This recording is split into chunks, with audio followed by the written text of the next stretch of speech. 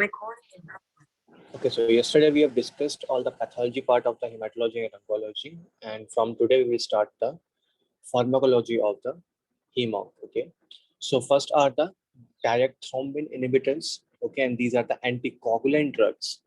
Okay, so direct thrombin inhibitors, they will inhibit the factor 2, the clotting factor 2 of the clotting pathway. Okay, and these drugs are the bivalirudin, agatropine, and the dabigatran. Okay, that they can directly inhibit the clot associated as well as the free thrombin. Okay, and so you can use these in the various thromboembolism cases in the AFib, because you know that in case of arrhythmias you will be having this the formation of thrombus and then the formation of embolus in case of dysarrhythmias, and that's why you always need to give the anticoagulation therapy in case of arrhythmias, right? Okay, and they can also be used in case of heparin-induced toxicity, right? Because you guys know that heparin actually inhibits a factor 10 and factor 2. Sometimes it can also lead to the HIT. Okay, in that case, you cannot use the heparin. And because the heparin is inhibiting the factor 10 and factor 2. So if you inhibit the factor 2, then it will be the same effect, right? So these drugs will be used mainly in case of heparin-induced toxicity. Okay. What are the adverse effects? Of course, the bleeding, right? These are the adverse effects. And you can give the patient PCC or the antifibrinolytics, okay, if no other agent of reversible uh, is available. Okay, so these things can also be given, the antifibrinolytics or the, for example, a transaminic acid in case no reversible agents are available, right? We have known that about this transaminic this acid already, right? The transaminic acid. Yeah. And one more acid there was, what was it called?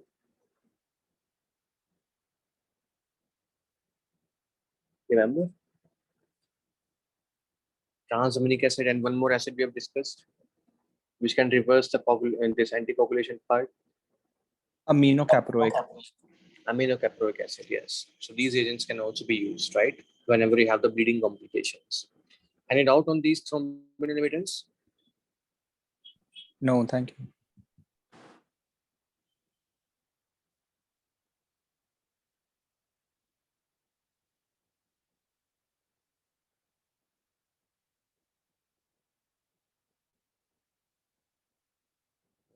Just give me a second.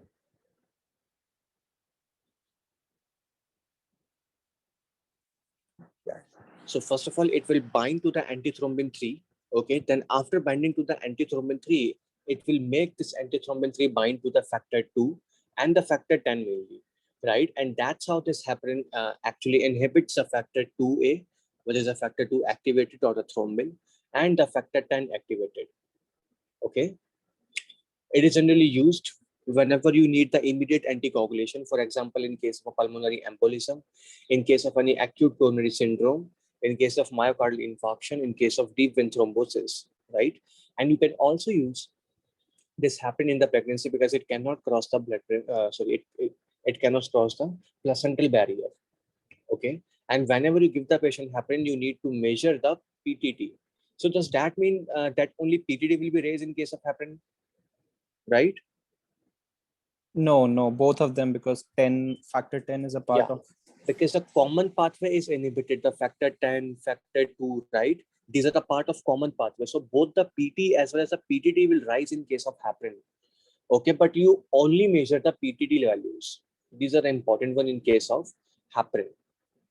Okay, although both values will rise, but the PT will this PTT will rise more than the PT, so you don't measure the PT much. Okay, you only measure the PTT in case of heparin. Okay, so what are side effects? Again, the bleeding can happen. Okay, and the heparin-induced toxicity or the heparin-induced thrombocytopenia can also occur, right? Heparin can also cause the osteoporosis. Okay, and whenever you have this toxicity of the heparin, okay, for the for the immediate reversal of the steps of the heparin, you need to give the patient protamine sulfate. Okay, it will bind to the heparin and it will and it will prevent the heparin to bind to the antithrombin 3. Okay, so very important about this protamine sulfate. It can It can cause the immediate reversal of the steps. Okay. Now, apart from heparin, you also have the low molecular weight heparin, like the enoxaparin, very important.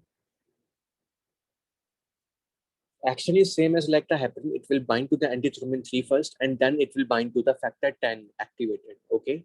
Majorly, it will only bind to the factor 10. Okay, but minorly, it can also bind to the factor 2 again. Okay. And then you have the fondapyrox, which can only bind to the factor 10 and not to the factor 2. Okay, so both heparin and the low molecular weight heparin, they have activity against the factor 2. Okay, although this low molecular weight heparin has a very low activity, but it still has the activity. But this fondapyrox, it do not have any activity against the factor 2, just the factor 10 activated. Okay, and yeah, once you give the patient these drugs, you do not need to measure the PTT values anymore, right? Very important. And these agents can be given subcutaneously, okay, without the lab monitoring of the PTT. Okay, this is an important thing.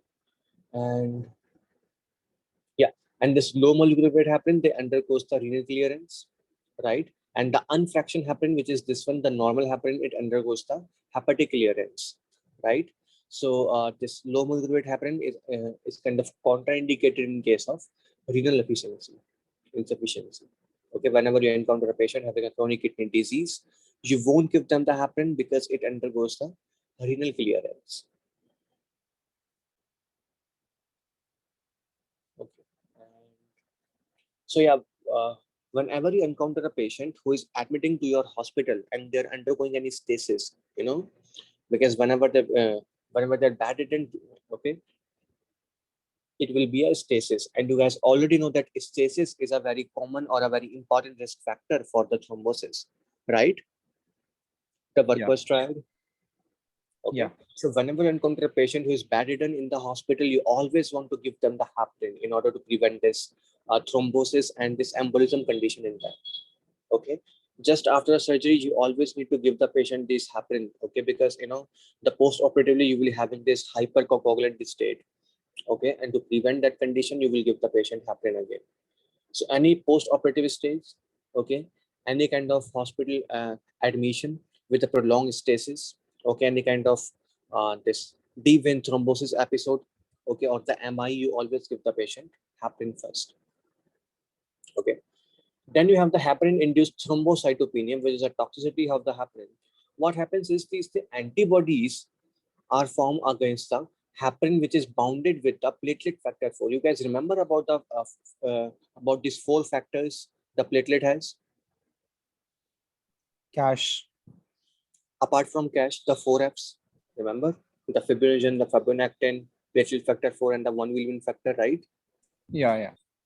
So the platelets also has this platelet factor 4. Heparin will bind to this platelet factor 4 and it will form a neoantigen, okay, which is kind of a new to your body.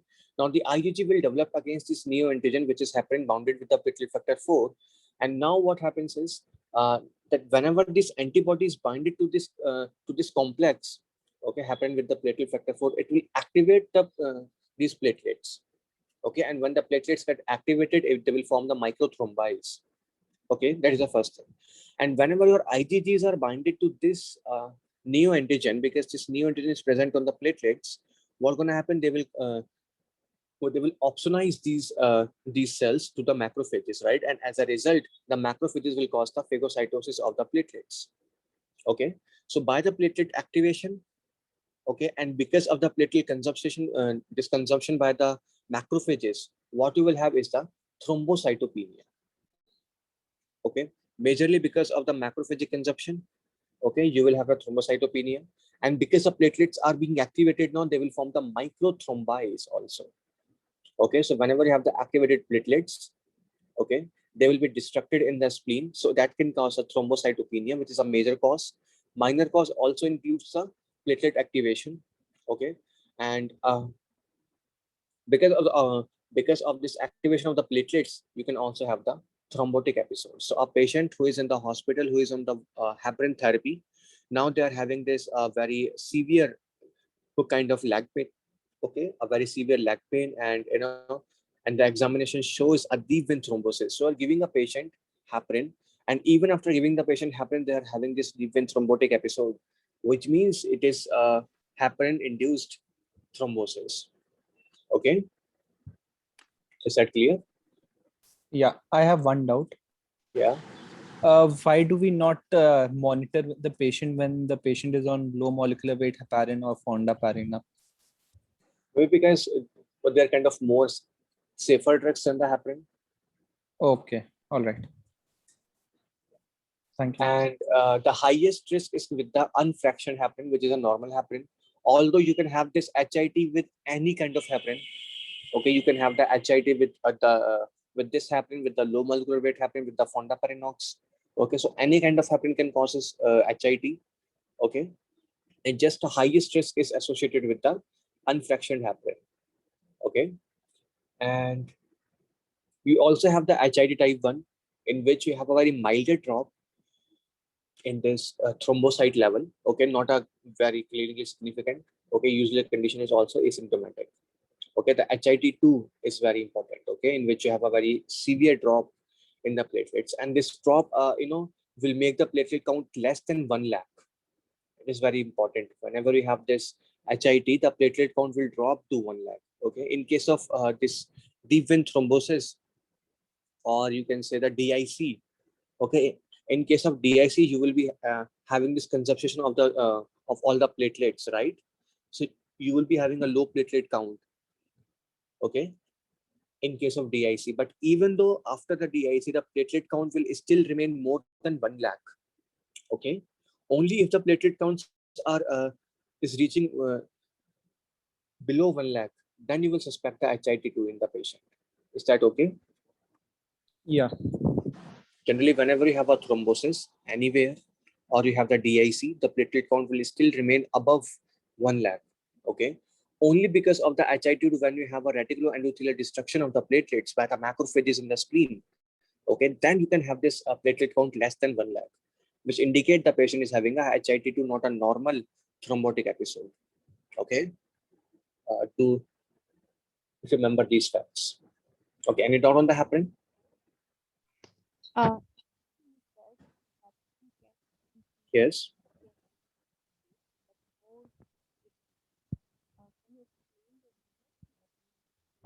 it can cause both pathway elevation, It can cause both.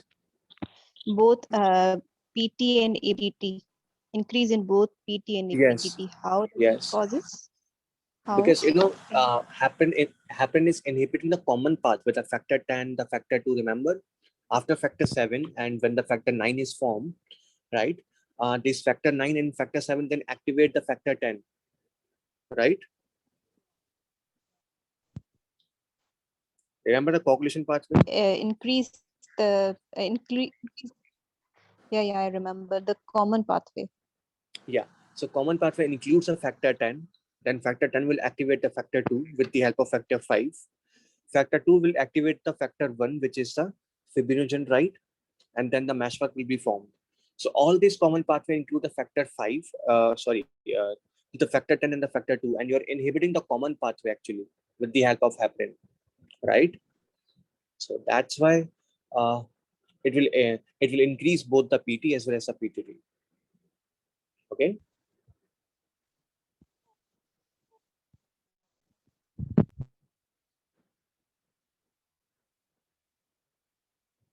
Is that okay?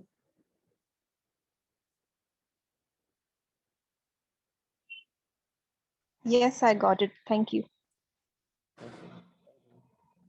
Any more doubt on the heparin? No, thank you.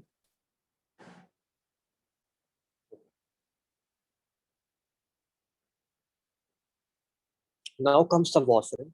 Okay, and the major action of the warfarin is on the liver. You guys studied that already. In the liver, you have this epoxide reductase enzyme, which will activate the vitamin K by reducing it. Okay, the heparin inhibit this enzyme so that the vitamin K won't be activated.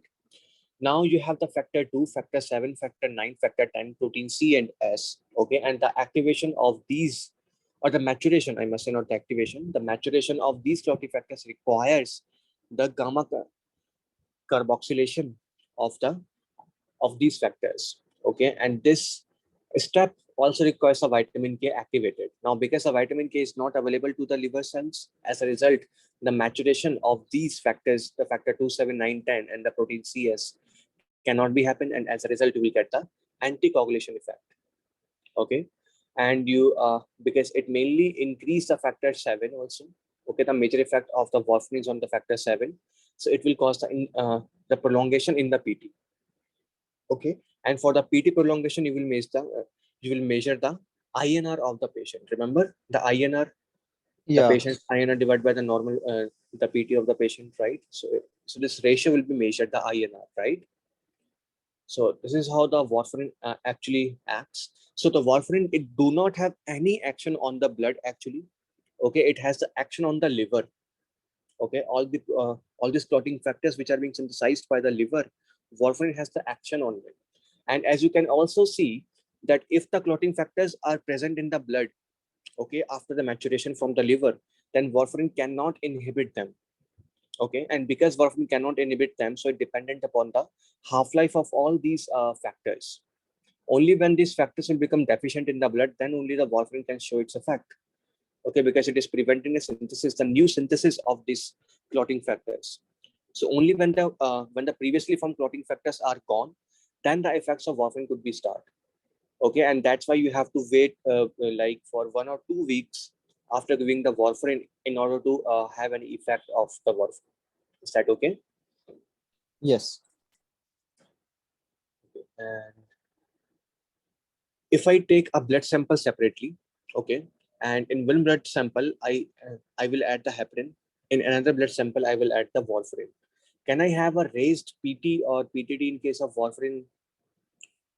No. In this case, no, because the warfarin has an action only on the liver, not on the blood. Okay, once the factors are formed, warfarin cannot do anything about them. Only the newly synthesizing factors can be inhibited. Okay, so for the warfarin, you mainly use it for the chronic anticoagulation. For the acute anticoagulation, you will always use the heparin. And once the patient is kind of is stabilized with the heparin, then only you will give the patient warfarin. Okay, in case of venous thromboembolism prophylaxis, in case of arrhythmias prophylaxis, you can always give the patient warfarin, because the heparin is only available in the IV dose. Okay, and the warfarin is available on the oral dose. Okay, this is also a factor why we give the patient chronic warfarin therapy, not the heparin therapy. And second is the heparin induced toxicity, for which we give the patient warfarin instead of the heparin. So heparin only for the acute use and warfarin for the chronic use. Okay. You cannot use the warfarin in case of pregnancy because it can easily cross the this placenta barrier, the blood placenta barrier, and as a result will cause harm to the baby. It is highly teratogenic. Okay, and you always follow the patient's INR or the PT values. Okay, and the rat poisoning, you guys know, it also contains the warfarin. So whenever you encounter a case of a patient who is having a history of rat poison, so Stephen will ask you what could you give to these patients, okay, as an antidote. So just remember the PCC or the fresh frozen plasma, because the rat poisoning actually contains the warfarin.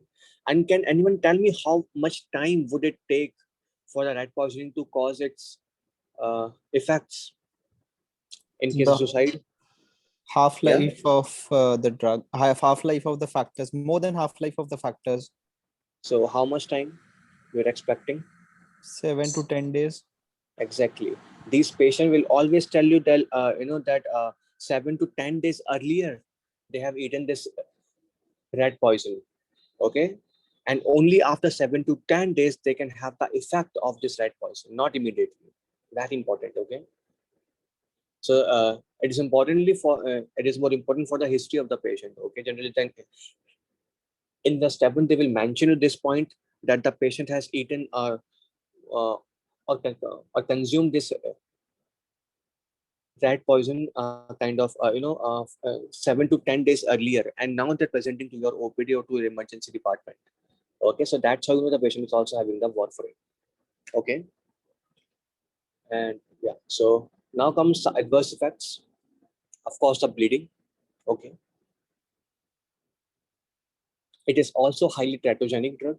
Okay, and in case of a patient having a factor, the deficiency of protein C and S, remember? Yeah. If you're having a patient who is in a deficiency of protein C and S already, and above that, if you give the patient warfarin, then you guys know that the shortest half-life is of the factor 7 and then the protein C and S. And because they're already deficient in these patients, above that, if you give the patient warfarin, then you're a kind of you're making the patient more prone for the thrombosis because of this transient hypercoagulable state, right? So the patient can have the skin or the tissue necrosis after giving the patient warfarin. Okay, it has very important duct-to-duct interactions also, right? The initial risk of hypercoagulation because of a protein C has a shorter half-life than the protein than the factor 2 and the factor 10. Okay, so this existing protein C will become depleted very early stage and you will have left with the hypercoagulable state. And in that case, the patient can have a tissue necrosis or the skin necrosis, as you can see in this uh, figure also in picture, right? This is a skin necrosis. Mostly happen in case whenever the patient has having a deficiency of protein C and protein S already, right? It is because of the formation of small vessel thromboids, the microthrombites will be formed, right? Any doubt on that part? I have one question. Yes. Why do we not give chronic heparin therapy? Is it because only because we have to give it subcutaneously and the patient will be less compliant? Yeah, exactly. One thing is that, and second is a heparin-induced toxicity also, thrombocytopenia, HIT, right? So All HIT right. would be there, Yeah, yeah, and the IV route or the subcutaneous route is kind of very much difficult for the patient to take, and yeah, the warfarin is available for the oral form, right? yeah, yeah. Okay, So these got it. factors. Okay. Thank And you so much. so for the reversal of the warfarin, you can give the patient vitamin K, but the vitamin K therapy takes time, of course. For the immediate anticoagulation effect, for the immediate reversal of the anticoagulation effect, you need to give the patient fresh frozen plasma or the PCC, okay, which contains a factor 2, 7, 9, 10 protein C and protein as for the rapid correction. Is that okay? Yes. To prevent this condition of the skin necrosis or the organ necrosis, you always give the heparin before the warfarin, and this is known as the heparin bridging. Okay, first you give the patient heparin, and then the patient is and when the patient is kind of stabilized with the heparin, then you will give the patient warfarin because a hypercoagulation state then can never be occur. Okay, so always heparin before the warfarin. Any doubt on that part? No, thank you. And this heparin is now have a very severe drug-to-drug interactions. Okay, first let's talk about the dietary vitamin K. In the patients who decreases the quantity of the vitamin K, because you guys know that vitamin K actually reverse the effect of warfarin. So if you're having a deficiency of vitamin K, then in that case, the patient can have a toxicity of the vitamin of this warfarin very easily. Okay, their INR will increase at a very low dose of the warfarin if you're having a deficiency of vitamin K. Okay. Second thing, if you take any kind of drug who's who can disrupt the microbial flora in the GIT, like any antibiotic, and you guys already know that vitamin K is actually released from these gut bacteria, right? So in scenario, if you're having a patient who is kind of hospitalized for the pneumonia or something like any other infection, and he's taking the antibiotics, in that case, a patient can have a vitamin K deficiency, and it will make the patient very prone to develop the warfarin toxicity also, right? So whenever you give the patient any antibacterial drug, you will always lower the dose of warfarin to prevent the toxicity. Okay. Third interaction is the cytochrome P450. Any drug who is a inhibitor of cytochrome P450, okay, you always need to decrease the dose of warfarin, because in that case, you can have a toxicity of the warfarin because the warfarin is metabolized by the cytochrome P450, right? So if you do not decrease the dose of warfarin, you will have a very severely increased PT or the INR of the patient. Is that okay? Yeah. And generally, you will measure, you will maintain the INR at around 2.2 of the patient, right? So INR is normally 2.2. Whenever you want to give the patient warfarin, you always want to achieve this level of the INR, the 2.2. Less than 2.2 means you're having a to therapeutic level, and higher than that means you can have a toxicity of the warfarin. So make sure to know that things. Any doubt on this page? No, thank you.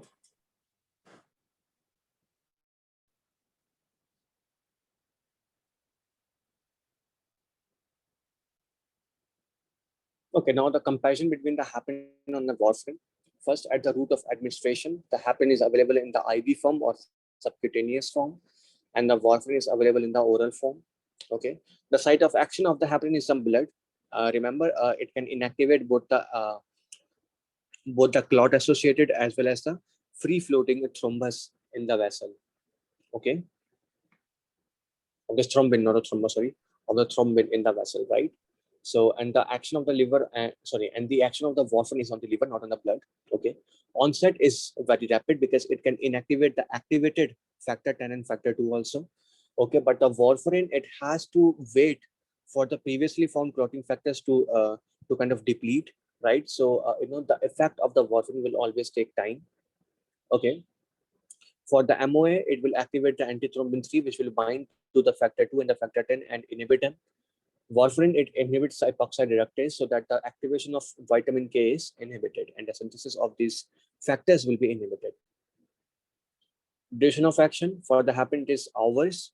Okay, it started acting very early and its effect also gone very early. For the heparin, for the warfarin, it has a very longer T half. Okay, so a minimal number of doses are required.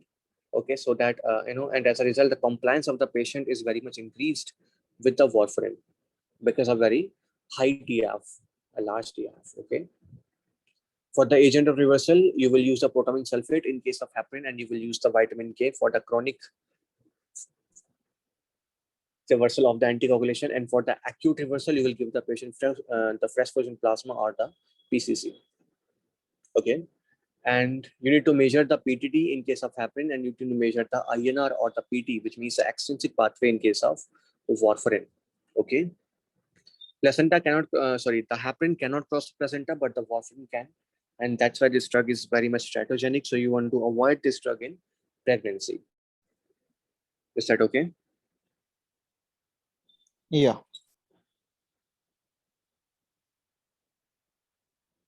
Okay, now comes the factor 10A inhibitor, which means these are the drugs inhibit the factor 10 activated only. Okay, they cannot do anything about the inactivated factor, which is a normal form. They can only inactivate the activated factor 10. And these drugs are the apixaban, rivaroxaban. They have this XA in their name. Okay, they bind to the activated factor 10 and inactivated. Okay, and you can use them in the agents whenever, in the scenarios whenever you are having uh, a clot in your blood, okay, a formation of thrombus in the blood, right? So it includes the prophylaxis therapy for the deep vein thrombosis or the pulmonary embolism. You can use them for the stroke prophylaxis also. Okay, for the patients having any kind of arrhythmias, you can use these drugs. Okay, and yeah, so because these drugs are kind of inhibiting the factor 10, right? So they're promoting the conversion of the prothrombin into the thrombin. They are not inhibiting the conversion of factor 10 into the factor 10 activated. Okay, it has already done. They inhibit the factor 10 which is already activated, right? And by inhibiting that factor 10 activated, it actually, these drugs are actually inhibiting the conversion of the prothrombin into the thrombin, which means the factor 2 to factor 10 to factor 2 activated, right? So please note that fact. Okay, and whenever you have any thrombotic episode, whenever you have a formation of any uh, clot, you will use these drugs.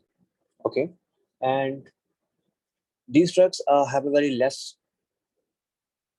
variability in case of any therapeutic effects, unlike the warfarin, which has many interactions. As you can see, if you have a deficiency of vitamin K or a toxicity of vitamin K, if you're using these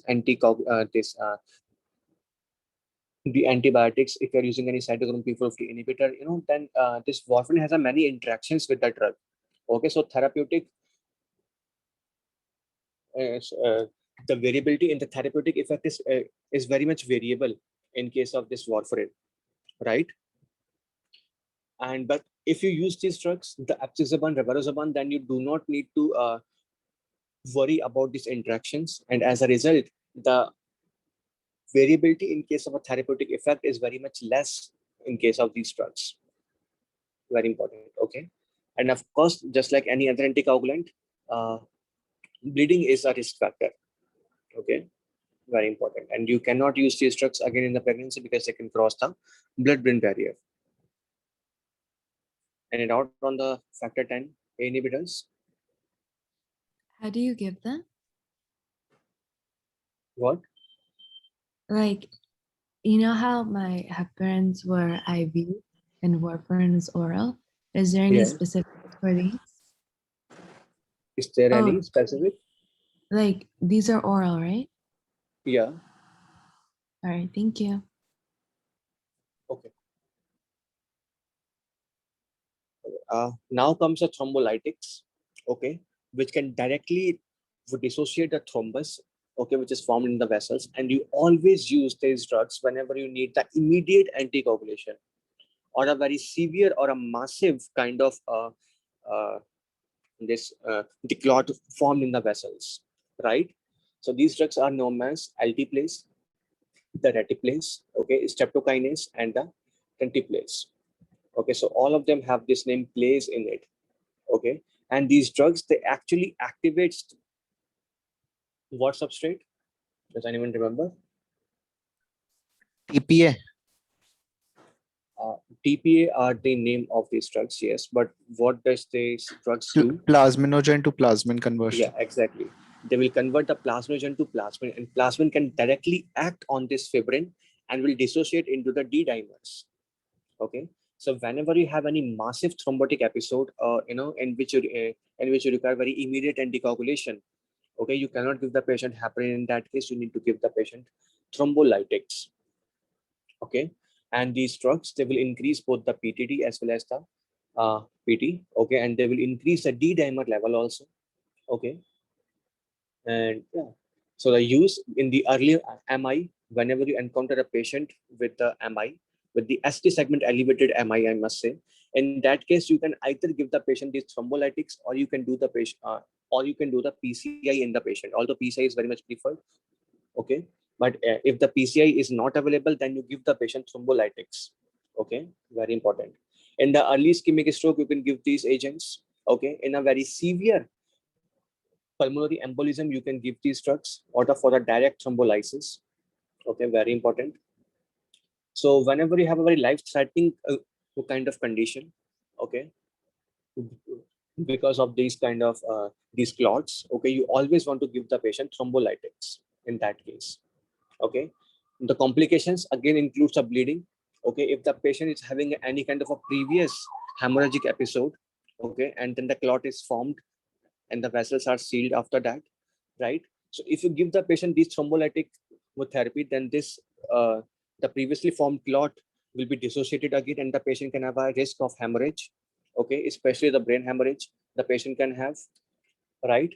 So these drugs are kind of contraindicated in the patients having any case of active bleeding, okay, or a history of intracranial bleeding, okay, because you need the clotting in the blood to prevent this kind of bleeding, right? So if you give the patient thrombolytics, then this clot will be dissociated and the patient can again have the hemorrhagic episode, right?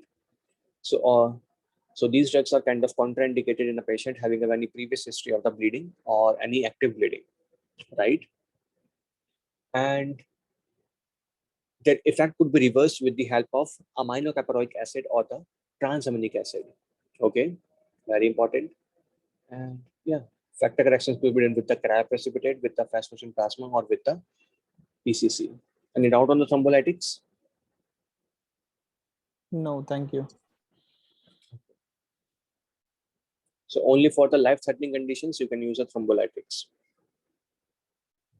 Okay, now then comes the ADP, and then now we have discussed, I think, every agent. Yeah, we have discussed every anticoagulant agent. Okay, and now we will discuss the antiplatelet agent. Okay, they do not have any action on the clotting on this pathway, on the coagulation pathway. Okay, they have the effect on the platelet activation. First are the ADP receptors inhibitor. Okay, these are the P2Y12 receptor inhibitors. And remember when the ADP bind to this receptor, it will cause the translocation of the glycoprotein 2B3A. Okay, and the glycoprotein 2B3A is required to form the weak platelet plug.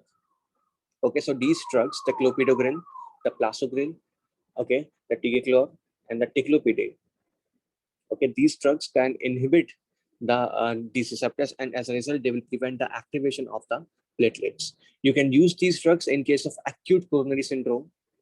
Okay, and yeah, and you can also use these drugs in the coronary stenting, because a complication of this stent placement is a formation of a clot in it. Okay, so basically it will decrease the reoccurrence of the thrombotic stroke. Okay, so you can use these agents in them. Okay, in the stent placement, you always want to give the patient these drugs in order to prevent a re-stenosis of the vessel. Is that okay? Yes.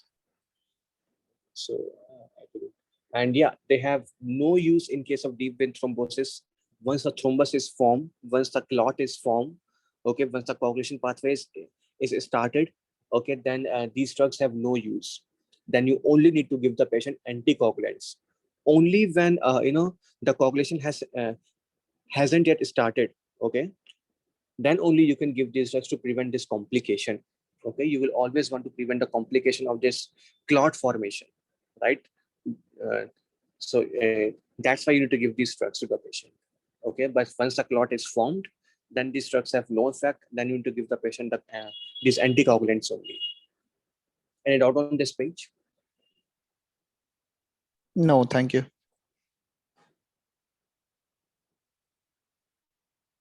Now the glycoprotein 2B3A inhibitors, which are the apixaban, aptefibatide, and the tirofiban. Okay, and you use these drugs only for the percutaneous coronary intervention (PCI) whenever you have a ST segment elevated myocardial infarction. This is a very major use of these agents.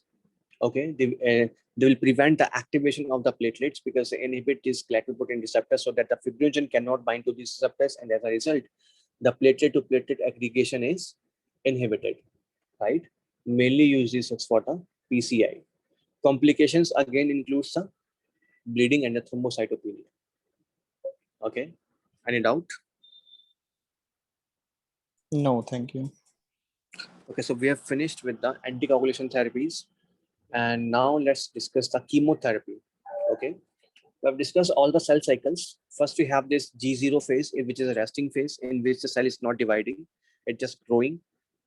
Okay, then the cell, whenever this growth factor comes, okay, the cell will enter into the G1 phase. Okay, and from the G1 phase, they will go to the S phase, then the G2 phase, and then the M phase. M phase is the shortest phase where the actual division occurs. Okay, in the S phase, the cell will prepare itself for the G2 and the M phase, which means the replication of the DNA and the organelles will occur in the S phase. Okay, the checking of the DNA happens at these checkpoints. Okay, from G1 to S transition and from the S to G2 transition, right? And the double check repair occur in this part, the G2 phase. Okay, so all of these agents we are going to discuss. Okay, some of the agents can act on the G1 phase, some of the agents can act on the S phase, some of them can act on the G2, and some of them can act on the M phase. And some agents are also there which are non-cell cycle specific, which means they can act on either the G1 as G2 or M phase of the cycle. Okay, these are the cell cycle independent drugs. Then there are certain drugs which can only inhibit this S phase. Certain drugs can only inhibit the G2 phase. Certain drugs can only inhibit the M phase. Okay. So for the cell cycle independent drugs which do not require any stage, okay, you will give these drugs and you will get the effect. Doesn't matter in what stage the cell was. These are the platinum agents like the cisplatin, alkylating agents, okay, busulfan, the cyclophosphamide, ifosfamide, okay, and the nitrous ureas. Okay, these are the drugs which are independent of the cell cycle. Then you have certain drugs which act on the S phase. You guys know that in the S phase, I'm synthesizing my organelles, I'm synthesizing my DNA, right? So these drugs are known as the anti-metabolite drugs. They inhibit the DNA replication. Okay, and the name includes the azathioprine. Okay, and it is a prodrug of the 6-merceptopurine. You guys already know that. Okay, the cladibrin. Okay, the cedarabrin, the 5-fluorouracil. If you guys remember from the biochem lectures, from the very first lecture of the biochem, we have discussed the 5-fluorouracil, right? Yeah. Okay, the hydroxyurea, methotrexate. These are the drugs which inhibit the synthesis of the DNA. So they're basically acting on the S phase. Then certain drugs which inhibit the synthesis of DNA as well as the G2 phase. These are the topoisomerase inhibitor. Okay, and does anyone remember the function of topoisomerase? To supercoil is prevented. Yeah, to prevent the supercoiling. Okay, and you have the adipocyte, tenopocyte. Okay, and then the irinotecan, topotecan. And does anyone remember what drugs inhibit what kind of topoisomerase? The first two inhibit topoisomerase 2, and the next two inhibit topoisomerase 1. Yeah, and the topoisomerase 1 makes a single cut, and the topoisomerase 2 makes double cut. Okay, so whenever you give these drugs, you will have a single cut in the DNA strand. In case of these drugs, you will have the cut in both the strands of the DNA, right? So these are drugs which can inhibit both the G2 phase and the this S phase. Then you have the drug which is bleomycin. Okay, and it is kind of an antibiotic drug. Okay, and it inhibits the G2 phase of the cell cycle.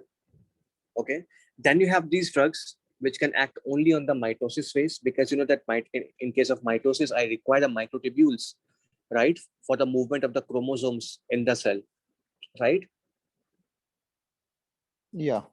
So whenever I give the patient microtubule inhibitors, okay, like the vincristine, vincristine, or the paclitaxel, right, these drugs can inhibit the microtubule formation, and as a result, these drugs will inhibit the M phase, right? So these drugs are specific for the M phase. Is that okay up to here? Yes. Okay, so let's discuss the action of certain drugs. First are the anti-metabolite drugs, okay, which inhibits the nucleotide synthesis, which are these drugs, okay. Some drugs like the 5-fluorouracil or the methotrexate, okay, they inhibit the thymidine synthesis. You guys already know that. Drugs like the 6-merceptopurine or the prodrug azathioprine, it can inhibit the de novo synthesis of the purine. And does anyone remember what is step in the synthesis of purine this drug inhibited? PRPP amidotransferase. Exactly, which converts a PRPP into the IMP. So this part is inhibited, right? Then you have the hydroxyurea, okay, which inhibits the enzyme ribonucleotide reductase that converts the RNA into the DNA. Remember that the DUDP to the UDP to the DUDP, right? Yes, yes. So this part is inhibited by the hydroxyurea.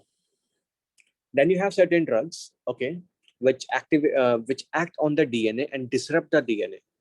Okay, I'm not talking about a specific cell cycle. Okay, all of the drugs, okay, among these drugs which can act on the DNA and can directly damage it. Okay, it includes in this class, doesn't matter at what stage to do that.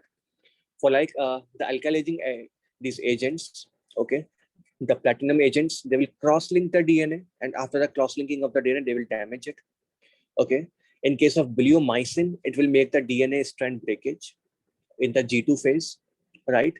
The dactinomycin and the doxorubicin, which are the antibacterial drugs, again, they are the chelators of the DNA. Okay, actually, they have the multiple functions. This dactinomycin, it has a multiple function. We will discuss that later. Okay, and but one of them is the DNA this DNA integrators. Okay, then you have the drugs etoposide, tenoposide. It acts on the DNA and it inhibits this enzyme, the topoisomerase. As a result, the two cuts on both the strands of the DNA will be formed. Then you have the iotican and the topotecan, which makes a single-stranded cut in the DNA. Right. So all of these agents are acting on the DNA. Okay, at any stage of the cell cycle, they can do that. In case of alkylating agent, any stage, of course. In case of bleomycin, the G2 phase. In case of dactinomycin, again, I think any stage. In case of etoposide, tenoposide, iotican, topotecan, G2 phase mainly, and the S phase also. Right. Then you have the drugs which inhibits the M phase, and these are the vincalkaloids, vincristine, vinblastine, which inhibits the microtubule formation.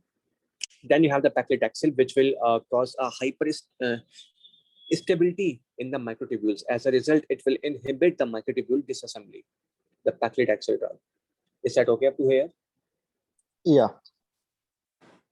So let's discuss all these drugs one by one.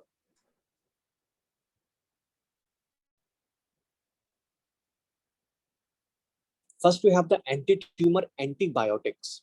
Okay, the bleomycin drug. Okay, it has a main action on the. You need to remember the every phase of every drug. It is very important. You need to remember what drug is acting on what phase of the cell cycle. They will ask you this. They will give you the mechanism action of the drug. Okay, so they want you to first they want to know the name of the drug, and then they will go one step further, and they will ask you at what stage of the cell cycle this drug is working. So you need to know the phase of the drug also, right?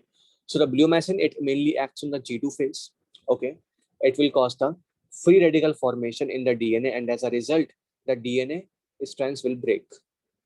So this is the action of the bleomycin in the chemotherapy, right? And you need to remember the the side effects of this bleomycin, because it can cause the pulmonary fibrosis. This is the most important one. Okay, whenever you give the patient bleomycin, the patient can have the pulmonary fibrosis as a side effect.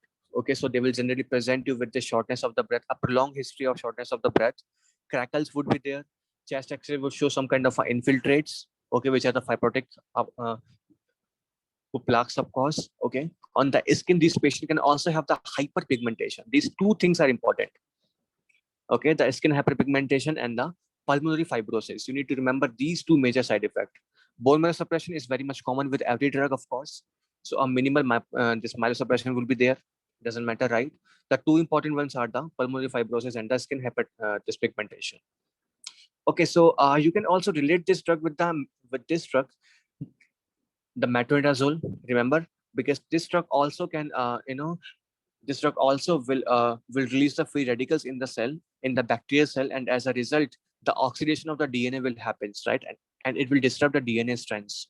Okay, so step one can also ask to this fact, get that what other drugs can be acting similarly to this bleomycin, and this would be the metronidazole. Okay, because this drugs can inhibit the this drug will cause the DNA strand to breakage by causing the free radical generation. Is that okay about the bleomycin? Yes. Then you have the dactinomycin. Okay, and yeah, it will intercalate the DNA first. Okay, and it will also prevent the RNA synthesis. Okay, it will first intercalate into the DNA, and then it will prevent the RNA synthesis. Two functions of the dactinomycin. Okay, and just like any other chemotherapeutic agent, it can cause the myelosuppression. Doesn't matter. Okay, then these are the important ones, the anthracycline antibiotics. Okay, it includes the doxorubicin and the daunorubicin. They have the multiple actions on the cancerous cells. First, just like the bleomycin, they can cause the generation of free radicals.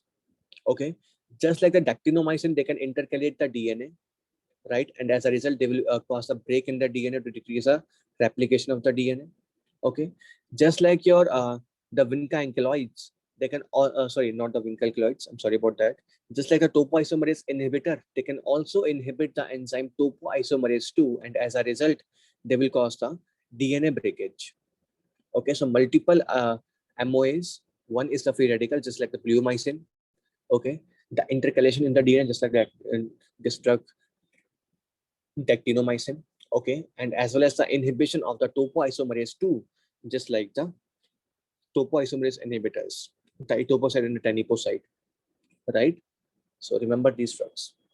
Side effects are very much important because they can cause a dilated cardiomyopathy. They will cause a fibrosis in your myocardium, and as a result, a permanent damage to the heart can occur. This effect is not reversible. Please note that it is permanent once it happens. To prevent this condition, you need to give the patient the dexamethasone. Okay, very important. You need to give the patient dexamethasone. Okay, very important. It will be an iron chelating agent. Okay, and it will promote. It will prevent the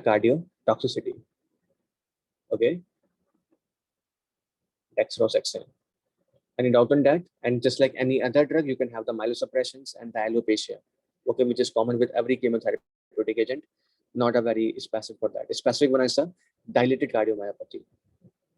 Okay, any doubt on these tumor antibiotics? What's the meaning of intercalation into the DNA? Um, it kind of, how can I explain you this? I will type it down later. Don't worry about that. Okay, Okay. I will type it down for you. Okay, just wait for some time. Okay, and every chemotherapeutic agent that you give to the patient, okay, these chemotherapeutic agents, they have, this activity, they have this ability to cause another type of cancer. Although all these anti-cancer drugs, they're preventing one type of cancer, but these anti-cancer drugs can also cause another type of cancer also, like the leukemias, for example, right? So whenever you give these, any of the anti-cancer drug, okay, and after giving the therapy, the patient is presenting you with another type of cancer. Okay, so these are the complication of these anti-cancer drugs. Okay, note that fact, very important. Okay, any doubt? Do we need to remember the clinical uses of those specific drugs? No, you don't need to remember any specific use of the drug. You Okay. just need to remember the side effects and the MOA of the drug. These two parts are very important. Okay. Okay. Thank you. Yes. Okay, then the ionizing radiations, which is a radiotherapy, not the chemotherapy. Okay. In this case, ionizing radiations can cause the formation of free radicals. If you guys remember from the general pathology, okay, the radiations can cause the generation of free radicals, and as a result, the damage to the DNA can happen by the free radical formation, just like the bleomycin, right? And as a result, the double-stranded DNA breakage will happen. Okay, and yeah, this is a mechanism of action of the this ionizing radiations. Okay, they will generate the free radicals and they will cause the DNA damage. Okay, so because you need to put the radiations, first, whenever you give the patient radiotherapy, the radiation first need to go through the skin, right? So they will always causes the skin damage. Okay, on the acute skin damage, the patient can have this ulcerations and the blistering of the skin, just like with any other radiation. Okay, these patients can have the ulcerations and the blistering of the skin whenever you give the patient radiation therapy in a very acute stage. Okay, this redness of the skin can also happen. The skin peeling can also happen, right? These are all the acute therapy. Whenever you give the patient acute therapy, okay, within 90 days after giving the patient chemotherapy, these symptoms can arise, right? Because of the apoptosis of the basal cells and the epidermal cells, right? For the chronic, because you will have, you will have the healing as well as the inflammation at the same time. Okay, so you will have the fibrosis also. Okay, so in that case, you will be having this itching, ulcerations, hypopigmentations, because all of these cells which are in the melanin, they will die again. Okay, so they will cause a hypopigmentation. You will have the telangiectasias, right? You will have increase in the dermal collagen. Very important. You will have the increase in dermal collagen. You will have the high level of TGF beta. You will have the fibrosis within the skin. Okay, and you will also have the microvascular damage and the dilation, and that causes the telangiectasias in case of the chronic therapy. Okay, so step one can ask you this. They will give you a patient having some kind of a skin rash, okay, or a skin ulcer, and the previous history of the radiation therapy. They will ask you why this patient is having this kind of skin ulcer, right? So it is not because of any cancer, but because of a side effect of the radiation therapy. Okay, they want to trick you into this, but they will give you the options like the squamous cell carcinoma or the basal cell carcinoma and other things. Okay, and one of them is the radiation therapy. So you need to remember that whenever you encounter a patient having a previous history of the radiation and now some kind of ulcer on the skin, that means it is a side effect of the radiation therapy, not a new cancer. Okay, Yeah. so that's about the radiation therapy. Okay, and in case if you want to give the radiation therapy to the lungs, for say, then what going to happen to the lungs? What can happen to them? again the cells in the lungs will die, and that can even lead to the ARDS, right? In acute radiation therapy, ARDS can also happen in the lungs, right? Yeah. In case of liver, it can lead to liver failure, okay, just like that, and any other areas also. So that's about the ionizing radiations. Then comes the anti-metabolites, and all of these drugs will act on the S phase of the cell cycle. First is the azathioprine or the 6-merceptopurine, which will inhibit the conversion of PRPP into the IMP by inhibiting the enzyme PRPP aminotransferase. Okay, azathioprine is a prodrug of the 6-merceptopurine. This 6-merceptopurine is the activated form, right? These drugs will be activated by the enzyme HGPRT, okay, which is the enzyme for the Leishman syndrome, right? Yeah. So these drugs will be activated by the enzyme HGPRT, and they need to be inhibited by the xanthine oxidase. So in the scenario, if you give the patient xanthine oxidase inhibitors, okay, then in that case, you can have an increase in toxicity of these drugs. Is that okay? Yes. And what are the toxicity of these drugs? The myelosuppression, GI damage, and the liver toxicity, right? You will have the high ALT, AST, you will have this nausea, vomiting, diarrhea. You will have the myelosuppression more. So whenever you give the patient allopurinol or the febuxostat, you need to taper, you decrease the dose of these drugs, okay, to prevent the toxicity. Okay. Then you have the cladribine, and if you guys remember from the biochem lectures, the cladribine is an inhibitor of the adenosine deaminase, and as a result, the level of the adenosine will rise, and the adenosine is very lymphotoxic, you guys know. So I mainly use them for the hairy cell leukemia. Okay, very important. Yeah, and that's about the cladribine. Okay, and it is also a purine analog, because the adenosine is a purine, right? So it is a purine analog. Okay, then you have the cytarabine. Okay, and it is a pyrimidine analog.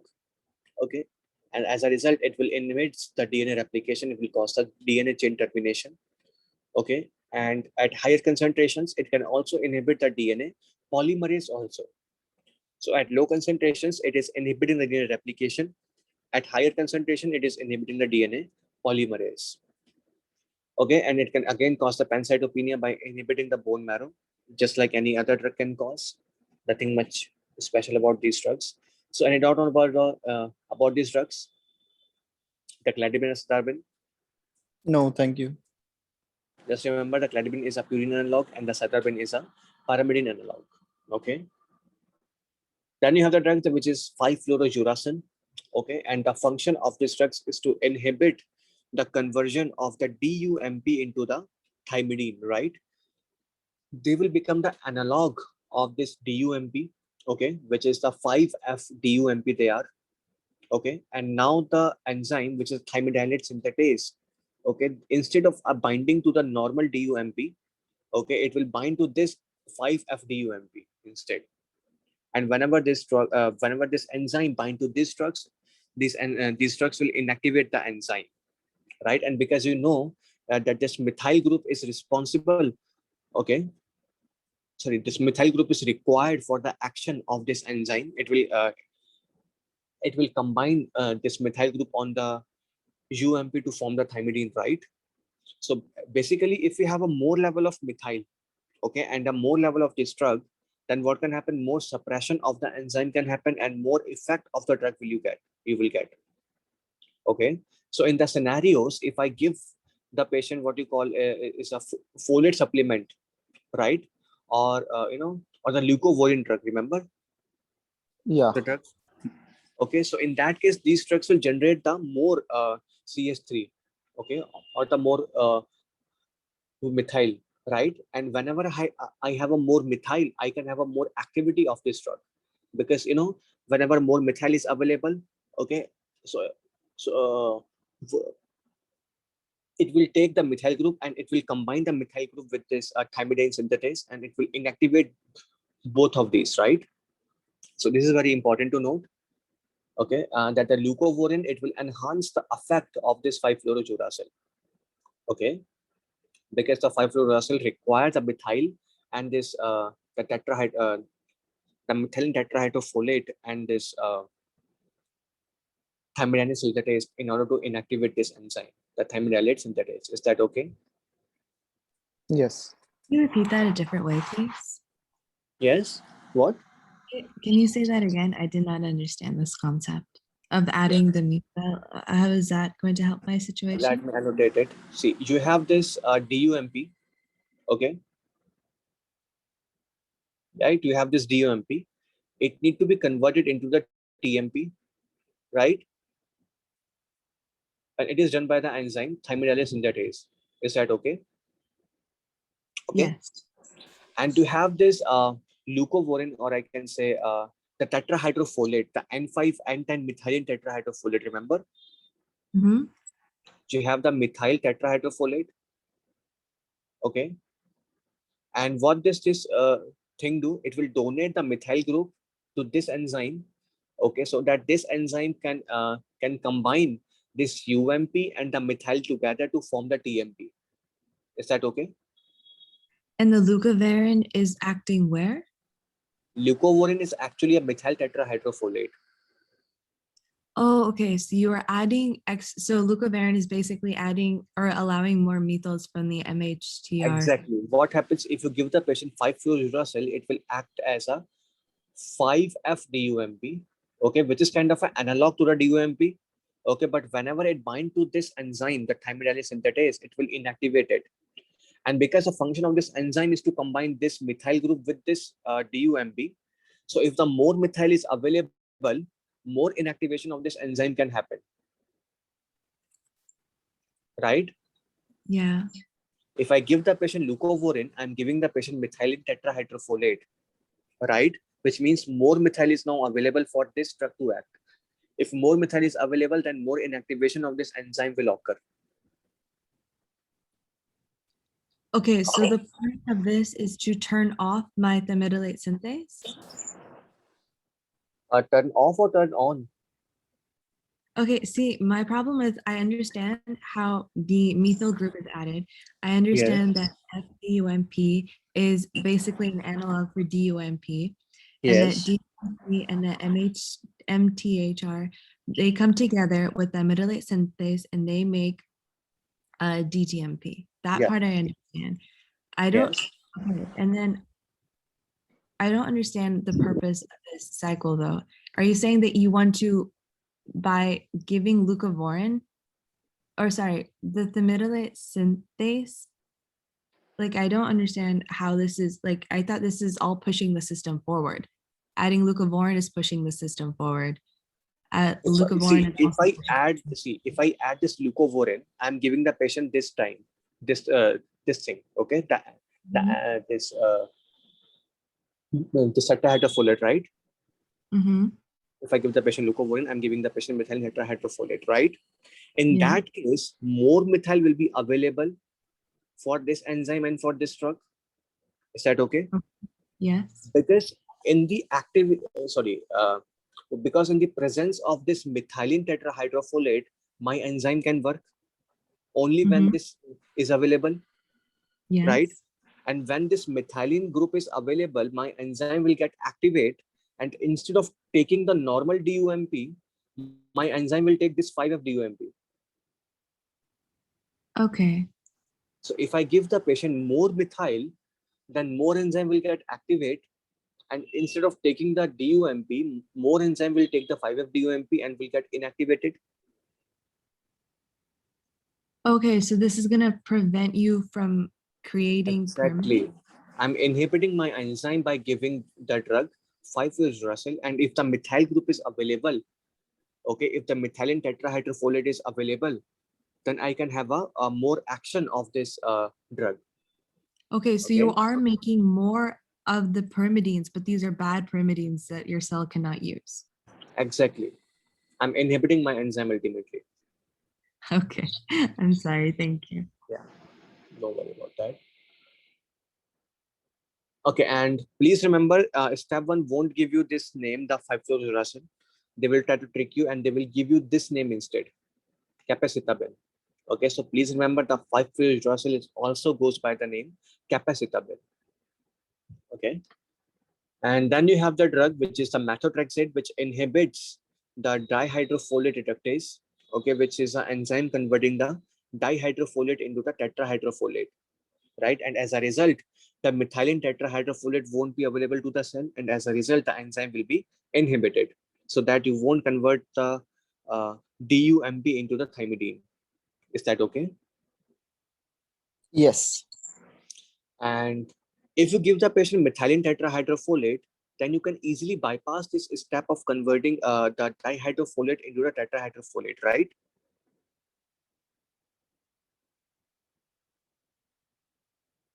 Is that okay? Why so? If I'm giving the patient already methylene tetrahydrofolate, then why I require Yeah, this yeah, yeah. step, right? I'm Right, right. bypassing this step already. So if I give the patient leucovorin, then I can overcome the toxic effect of the methotrexates. Is that okay? Yeah, yeah. While giving the leucovorin to a patient on this 5-flow uracil therapy, I'm making the condition even much more worse. Okay, I'm activating more of this drug. I'm inactivating more of the enzyme. Is that okay? Yeah. Okay, good. So yeah, the use of the methotrexates, you can use them for the autoimmune conditions like the rheumatoid arthritis, like the psoriasis, inflammatory bowel diseases, vasculitis. You can use them for the cancers like the leukemias, lymphomas, and other cancers also. Side effects include the hepatotoxicity. They will damage your liver because in the liver you have this rapidly dividing cells which can get damaged by the methotrexate. You will have the high ALT, AST with the right upper quadrant pain and the hepatomegaly. These cells can also damage your lungs and can cause the pulmonary fibrosis there. So you will have a difficulty breathing. You will have this infiltrates in the X-ray, okay, which are the fibrotic plaques. You will have this crackle sounds, which are the fine crackles, right? So these are all the hints for the pulmonary fibrosis, and the patient will have a chronic history of this shortness of the breath in that case, right? They can also cause the oral ulcers, okay, because the GI tract, it contains the stem cells which can get damaged by the methotrexate, so you can have a oral ulcers also. You can have a diarrhea because of that, right? And these drugs are so much the teratogenic, okay, because they are kind of competing with the folate in your body, right? The tetrahydrofolate and dihydrofolate. And as a result, because of the deficiency of folate, the patient can also have the neural tube defects. Okay, so a folate supplement is required whenever you give the patient methotrexate. Okay, and these drugs are also nephrotoxic. They can cause a high level of creatinine. They can cause the oliguria. Okay, they can also cause the flank pain whenever you give the patient methotrexate. Is that okay? Yeah. So yeah, that's all about the toxicity of the methotrexate. So remember, they can cause damage everywhere in the body. The GI damage would be there. Okay, the lungs damage would be there. Liver damage would be there. Kidney damage would be there, right? And yeah, so effects can be reversible with the help of leucovorin, which is a folinic acid that will instantly give you tetrahydrofolate or the methylene tetrahydrofolate. So you don't need the enzyme dihydrofolate reductase to work now.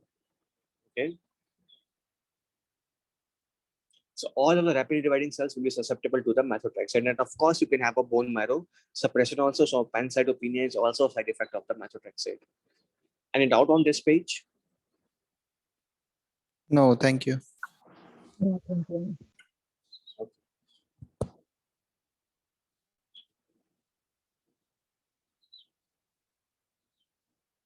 Just give me a second.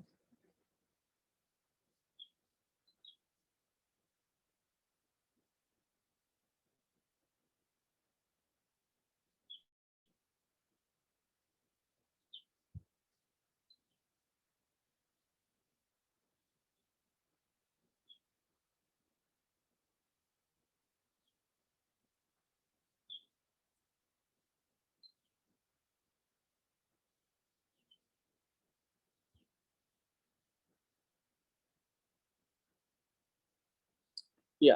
So you have now the alkylating agents. Okay, and this includes the busulfone, cyclophosphamide, ifosfamide, nitrosoureas, the procarbazole. Okay, so first let's discuss the busulfone, which causes the cross-linking of the DNA. Okay, and by causing the cross-linking, they can directly damage the DNA. Okay, and the side effects, just like the bleomycin, remember, it can cause a pulmonary fibrosis and the hyperpigmentation, right? So busulfan also can cause the pulmonary fibrosis and the hyperpigmentation. Okay, so please remember bleomycin and the busulfan both goes by the name B. Okay, and they both can cause the pulmonary fibrosis and the hyperpigmentation. Is that okay? Yeah. Then you have the drug which is a cyclophosphamide or the ifosfamide. They can again just like any other alkylating agents. These drugs can also cause the cross-linking of the DNA, right? And as a result, they will be useful for the tumor, of course. They can cause a very important side effects like the SIADH. Remember from the endocrine lectures we have discussed? Yeah, the yeah. cyclophosphamide and one more drug, remember, which can cause SIADH. Demeclocycline. SIADH. Anti-epileptic medicines. Yeah, like what carbamazepine. anti-epileptic yeah, carbamazepine, very important. Cyclophosphamide and carbamazepine are the two most important drugs which can cause the SIADH. Remember that. Okay, Fanconi syndrome can also occur, right? And what is a Fanconi syndrome? Remember? No, you haven't studied that. Right? Proximal tuberculosis. Yeah, you will study Fanconi syndrome later. Okay, in which you're having a loss of every substrate, I think, from the kidneys, right? Yeah. So loss of every protein, every calcium, sodium, potassium, everything, right? So this is a Fanconi syndrome which can happen because of the cyclophosphamide, right? Hemorrhagic cystitis is again a complication of the. These two are very important. The hemorrhagic cystitis and the bladder cancer. Remember, I told you all these agents are actually treating one type of cancer, but can cause another type of cancers, right? The cyclophosphamide can cause a bladder cancer. So remember, it has an effect only the bladder, not the kidney. Okay, don't misconfuse this bladder with the kidney. Okay, you cannot have this acute kidney injury with the cyclophosphamide, but you have a bladder injury with the cyclophosphamide. So they can cause the hemorrhagic cystitis as well as the bladder cancer. So how can a hemorrhagic cystitis present you with? Because it is an inflammation of the bladder. Okay, you can have a UTI-like symptoms. Okay, like the urgency, frequency, burning pain would be there. So if you encounter a drug, if you encounter a patient who is having a history of UTI after giving the drug, cyclophosphamide, so just know that it is not a real UTI, but it is actually a side effect of the cyclophosphamide. Okay, very important. You can prevent this condition by giving the patient masna. Okay, and of course the hydration will be very important. So hydration and the masna for the cyclophosphamide and the ifosfamide. Then you have the drug nitrosoureas, and the important one is the lomustine. Okay, this one. They again, just like any other alkylating agent, can cause the cross-linking of the DNA. Okay, and they are because they can easily cross the blood-brain barrier. Okay, these drugs are so much useful for the brain tumors. So whenever you heard about the brain tumor, you always think about the lomustine for the therapy, right? And because the major action of these drugs is in the brain, so they can cause the convulsions, dizziness, ataxia to the patient, right? So the CNS drugs having the CNS side effects, having the CNS activity. So okay, everything CNS for the lomustine. Then you have the procarbazine, and the only thing you need to remember for the procarbazine is that it is a weak MAO inhibitor, and as a result, it can cause the cheese reaction. Is that okay? Yeah. So the only thing you need to remember of the procarbazine is the cheese reaction they can cause. And yeah, so any doubt on the alkylating agents? No, thank you. Okay. And a DNA cross-linking is like a formation of this bond between the two nucleotides. Okay, a covalent bonds. Generally, you have this a weak hydrogen bond in between the two strands of the DNA, right? Yeah. But in this case, in the cross-linking, you will be having this covalent bond between the two nucleotides of the DNA, right? And the covalent bonds is not like I draw this. Generally, you have the DNA, okay, and at the same level, you have this nucleotide here. You have this nucleotide here. Similarly, you have this nucleotide here and this one here. So a weak hydrogen bond will form between these two and between these two, right? Yes. in the nucleotides which are opposite to each other. But in case of a cross-linking, you have one nucleotide here, one here, similarly one here, one here, one here. So this covalent bond, instead of hydrogen bond, can form either in between the opposite nucleotides, okay, or this covalent bond can form in between the other nucleotides also, like this. This is a cross-linking of the DNA. Okay, are we good? So basically, cross-linking does not mean that one DNA is getting one double helix is getting attached to another double helix. No. You have a single double helix. See, you Okay. have a continuous DNA segment, right? It is not our DNA is kind of fragmented. Yeah, Our yeah. DNA is single thing, right? Yeah. So it is just a formation of this covalent bond in between in multiple nucleotides. Okay, I got it. Thank you. Okay, then you have the microtubule inhibitors. Okay, and because the microtubules are required for the movement of chromosomes at the time of M phase, if the microtubules are not there, the chromosomes won't move, and the cell will be stopped in the M phase. You have the drugs, the paclitaxel, okay, and like other taxanes, they become they will make this microtubules hyper stabilize, and as a result, okay, the mitotic spindle they cannot be broken, okay, which is required for the anaphase. Remember, in case of anaphase, you will be having a separation of the two cells, right? For that, you need to break the microtubules in between the two cells, right?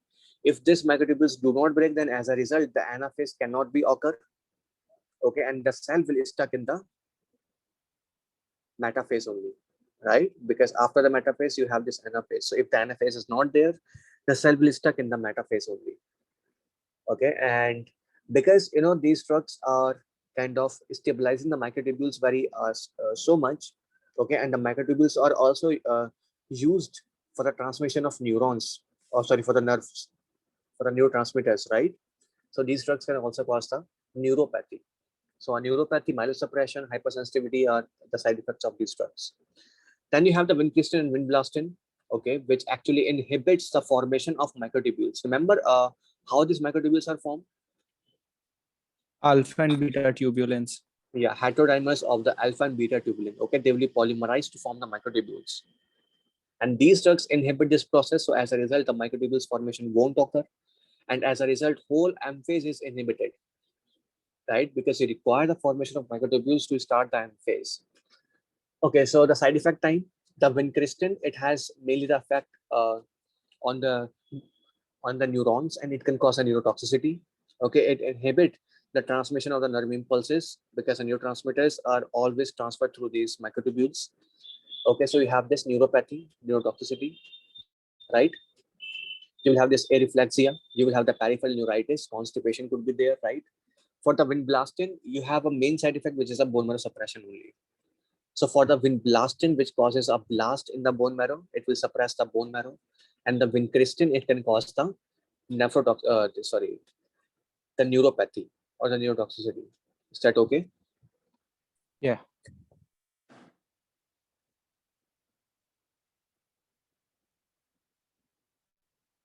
I think we should take a short break here, Okay. Yeah.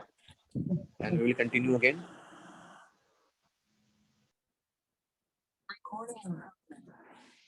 Yeah, so we have discussed up to the microtubule inhibitors, right, which will disrupt the formation of the microtubules, or they will hyperstabilize the microtubules, right? And as a result, they will inhibit the M phase of the cell cycle.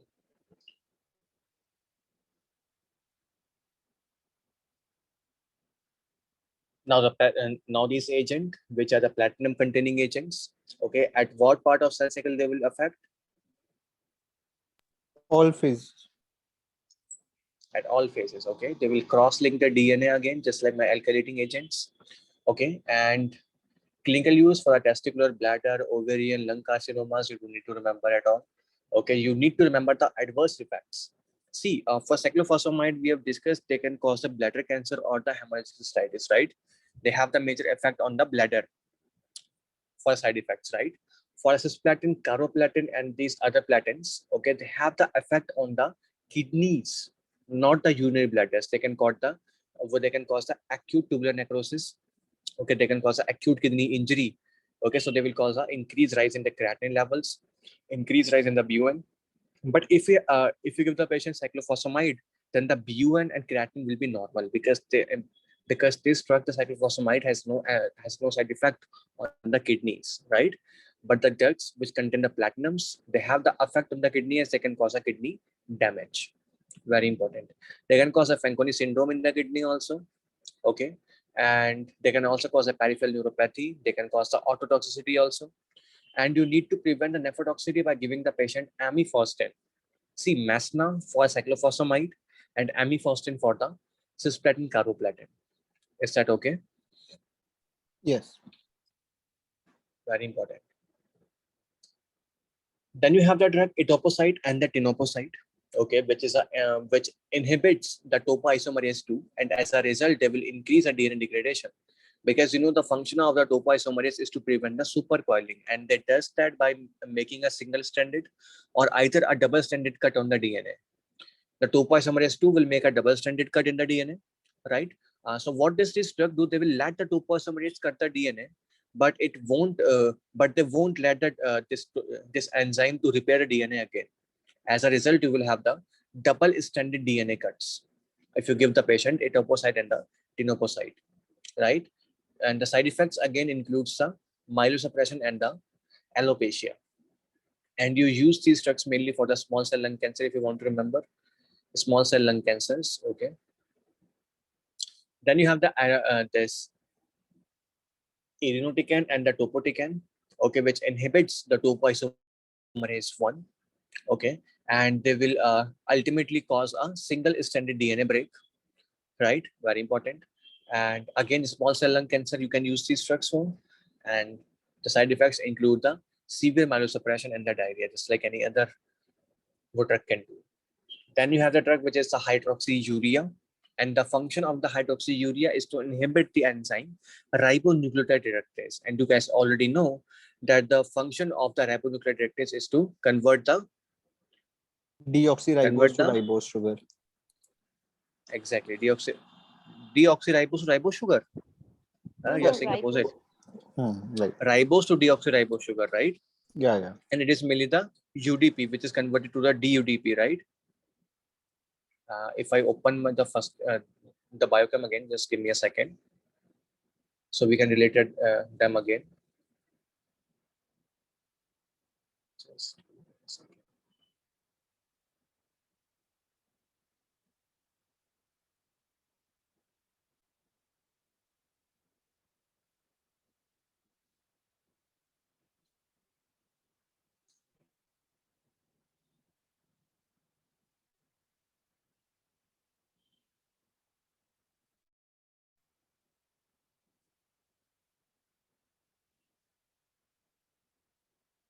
See, for the pyridine synthesis, first we have the glutamine CO2, which will form the carbamyl phosphate that will convert it into the orotic acid.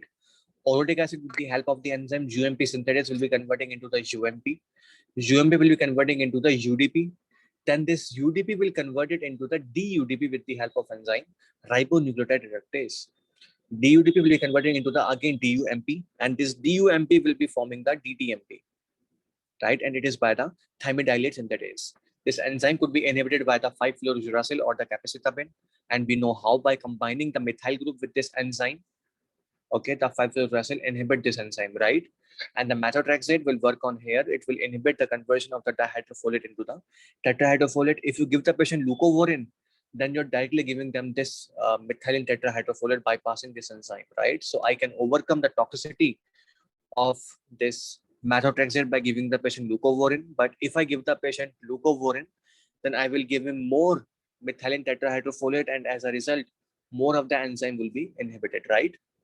So let's go back to the hydroxyurea again, which inhibits some ribonucleotide reductase, and as a result,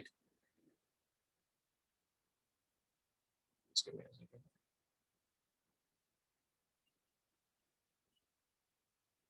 Yes.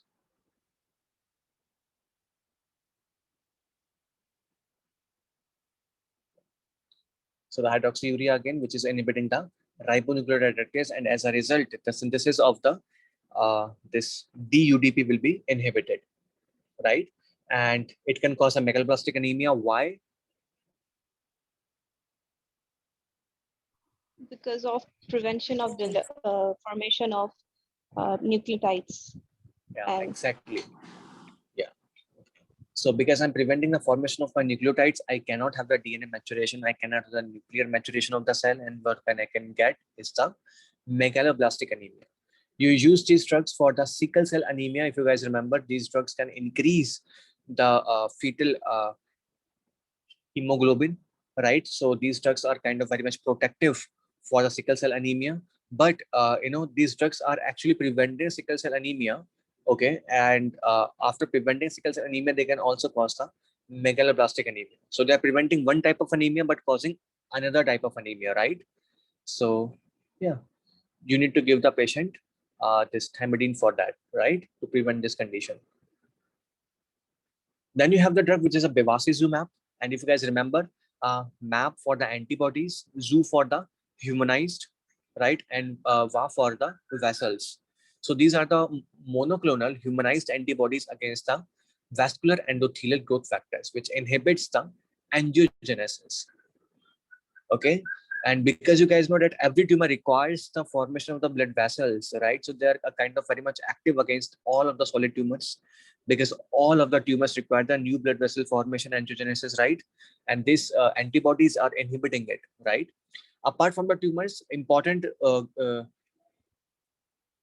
disease in which you can use a bevacizumab is the wet age-related macular degeneration, in which you have the formation of new vessels. You can also use these agents for the diabetic retinopathy, okay, a proliferative type or a non-proliferative, both could be used. Okay, so a diabetic retinopathy is the first use. Okay, age-related macular degeneration or the ARMD, WET, you can use these agents, and of course solid tumors. Okay, side effects include the hemorrhage because they inhibit the blood vessel formation. Blood vessels can even get weak. They can cause a hemorrhage. They can cause a blood clot, and they can impair the wound healing because you know the angiogenesis is required in what phase of wound healing? granulation for granulation tissue. Yeah, the granulation tissue formation, right? You require the formation of the blood vessels there, right? So they impair the wound healings also. So please remember they are against the VEGF, and the special use is the VET ARMD as well as the diabetic retinopathy. Then again you have the NIB, okay, erlotinib, which is again a tyrosine kinase receptor inhibitor. You use them mainly for the non-small cell lung cancer. Side effects again include the rash and the diarrhea, right? Then again, you have the drugs which are against the EGFR, the epithelial growth factor receptors, okay, which are for the epithelial tumors, okay. Cetuximab, okay, you don't need to remember these antibodies, sorry. Okay, I've never encountered any question on them, so you can just skip them. But just know that because they are the inhibitor of the EGFR. This is an important thing. Okay, the only thing I need to remember, they are the antibodies against the EGFR. Any doubt on this page? No, thank you.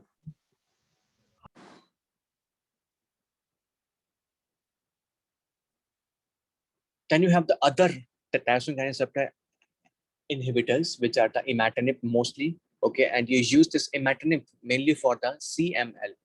Okay, and also as a chronic myeloid leukemia. Okay, you know that in case of chronic myeloid leukemia, you will be having a fusion of BCR and the ABL, and as a result, the hyperactivation of this tyrosine kinase will occur, right? And it will cause the growth of the cells.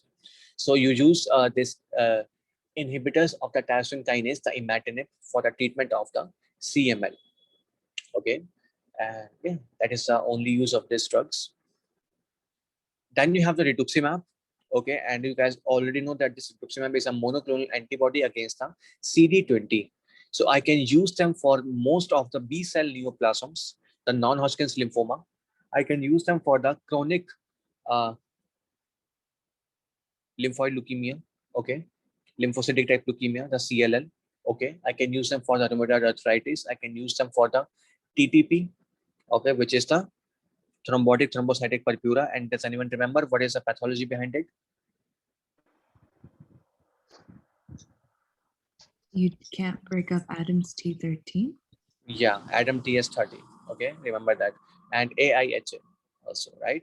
Autoimmune hemolytic anemia. You can use this. Why in the autoimmune hemolytic anemia? Rituximab. Does it prevent the autoimmune, whatever the Yeah, because in case of AIHA, I'm having the antibodies against my RBCs, right? So, and these antibodies are ultimately going to form from the lymphocytes, from the B lymphocytes. So, if I give the patient rituximab, then I can inhibit those lymphocytes which are sensitized against my RBCs, right? So, these drugs can also be useful for the AIHA. So, TTP, AIHA, very important use. These two must be remembered. And for the tumors purpose, I can use them for the chronic lymphocytic type leukemia and non-Hodgkin's lymphoma. Okay, and they can increase the risk of progressive multifocal leukodystrophy. And does anyone remember the pathogen behind it? JC virus. The JC virus. Because of the myelosuppression, I can have the activation of the JC virus, and that JC virus can cause the progressive multifocal leukoencephalopathy. Then you have the drug which is the bortezomib, and you have studied that drug already when we were discussing about this, the proteasome thing, right? These are the boron containing drugs that inhibits the proteasome, right? And as a result, all of the toxins, all of the toxic proteins and the pro-apoptotic proteins will start accumulating inside the cells, right? And as a result, the apoptosis of the cell will occur, right? Because the toxic proteins or the malformed proteins, right, and the pro-apoptotic proteins, all of these proteins will be start accumulating inside the cell that will cause the apoptosis. You use the bortezomib drug mostly for the multiple myeloma. Okay, although you can use the for the mantle cell lymphoma also, but this multiple myeloma is a very important part where you use this drug. They can cause the activation of the herpes zoster virus because of the suppression of the immunity, of course, right? Then you have the drug tamoxifen and the raloxifene. Okay, and these are the selective estrogen receptor modulator. Okay, these are the receptor modulators. At some tissues, they will be estrogen receptor positive. At some tissues, they would be estrogen receptor negative. Okay, depending upon the location of the receptors, they could be agonist and they could be antagonist. Okay, and mostly use these drugs, especially the tamoxifen for the breast cancer, okay, and raloxifene for the osteoporosis. So in the step one, if they ask you about a patient who is having a breast cancer, what drug you must prescribe? You must prescribe them the tamoxifen. And if you encounter a patient who is having a osteoporosis, and if the step one asks you what drug should be given, it would be the raloxifene. Although you can use the raloxifene also for the breast cancer, but we uses the tamoxifen mainly for the breast cancer. Okay, so remember the drug uses the tamoxifen for the breast cancer and the raloxifene for the osteoporosis. Okay, tamoxifen has this agonist activity at the uterus, okay, and as well as on the endometrium, okay, and as well as on the bone. They have this agonist activity, right? And so that's why tamoxifen can also increase the risk of endometrial cancer. While the raloxifene, it has the agonist activity only on the bone, but the antagonist activity on both the breast and as well as the endometrium, right? So with the raloxifene, there is no increased risk of this endometrial carcinoma, right? So I can easily give these drugs for the osteoporosis because I know that these drugs, they won't increase my risk of endometrial carcinoma, right? But the tamoxifen, because it is increasing the risk of endometrial carcinoma, I cannot prescribe these agents for the osteoporosis, right? Because I'm putting my patient on a risk of cancer if I give these drugs for the osteoporosis. Okay, side effects of the drug, it includes both of the drugs can cause the deep vein thrombosis, they can cause the pulmonary embolism, they can cause the hot flashes because these drugs are kind of inhibitory on the this endometrium, and they will cause the cycle dysregulation. So they can cause the hot flashes, they can cause the deep vein thrombosis, they can cause the pulmonary embolism. Is that okay? Yeah. Just give me a second. Okay. I have a question. Yeah, to ask. Tamoxifen does have some activity in bones. Yes. So I'm Is it? asking if it if it has some activity on bones Yeah, of also? course. It has a agonist activity on the bone. Okay. And I See, have in the another. bone, see, Yeah, actually in the bone you have the osteoblast cells, right? And the yeah, osteoblast right. cells, they can either form the rank receptor, the rank ligand, okay, or they can inhibit the rank ligand by releasing one protein Osteoporosis, name, OPG. yeah, OPG, right? So what does these drugs do? They will stimulate the estrogen receptors, okay, and the function of the estrogen is to release the OG in this. OPG, Yeah, osteoprotogranin. yeah. Sorry, the OPG, right? So if you Yeah, give right. these drugs to the patient, then I'm having more OPG than the rank ligand. And as a result, this OPG will bind to the rank ligand, inhibit the activation of the osteoclast. And that's how these drugs are having a agonist activity on the bone. They will promote the bone growth, right? Right. So I just have to look if the patient has any risk factor for endometrial disease Yeah, like this, exactly. cannot prescribe tamoxifen, right? Exactly. If the patient is having any hyperestrogenism like the PCOS or the other Yeah. OCPUs, okay, or it could be a patient with African descent because they have a high risk of this endometrial cancer. So you cannot prescribe these patients these drugs, okay? Right. Got it. You need to use Another for that. question I have. Yes. Yes. Bortezomib is only used in multiple myeloma because no, sorry, Yes. bortezomib is used for multiple myeloma, and Yes. actually I'm not getting it like in mantle cell lymphoma. We are also using it. Yeah, we are also using the bortezomib in the mantle cell Sorry, lymphoma sorry, sorry. also. So this is not the question I wanted to ask. Actually, I wanted to ask about rituximab. Like it is against CD20, which is in B cells, right? But Yes. but we are not using it specifically in B cell tumors, Yeah, because you do not have the CD20 for the T cells, right? right? So they're inactive against the T cells. Okay, They're okay. only active against the B cells. So that's why only on the B cell for lymphomas or the leukemias, I can use these drugs. Okay. Okay, okay. And Right. another Thank you. important Thank you. point that the tamoxifen and yeah, okay, thank you so much. And another important point that this drug, the tamoxifen and the raloxifene, they are dependent upon the cytochrome P450 for their activation, right? They will be activated by the cytochrome P450. So the drugs which inhibits the this cytochrome P450, they actually can cause a treatment failure of the tamoxifen and the raloxifene. Is that okay? Yeah. Oh, fine. Yeah. Thank Remember you. this. Yeah, remember this fact also. Very important. And then you have the drug, the trastuzumab, okay, which is the receptor antibody against the HER2 new receptor, okay, or the ERB-B2. Remember about the ERB-B1 or the HER1? Where does it found?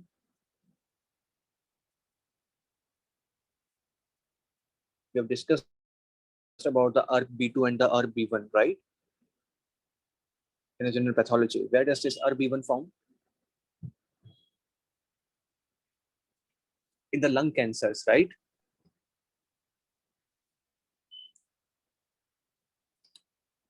No?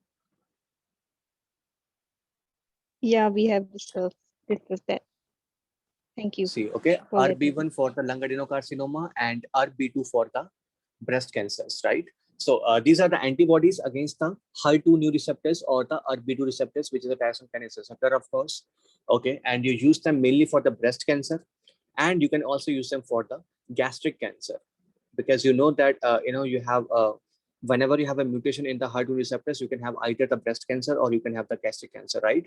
So I can use this drug, the trastuzumab, for the breast cancer and the gastric cancer. Do not forget the mutations; these are very important.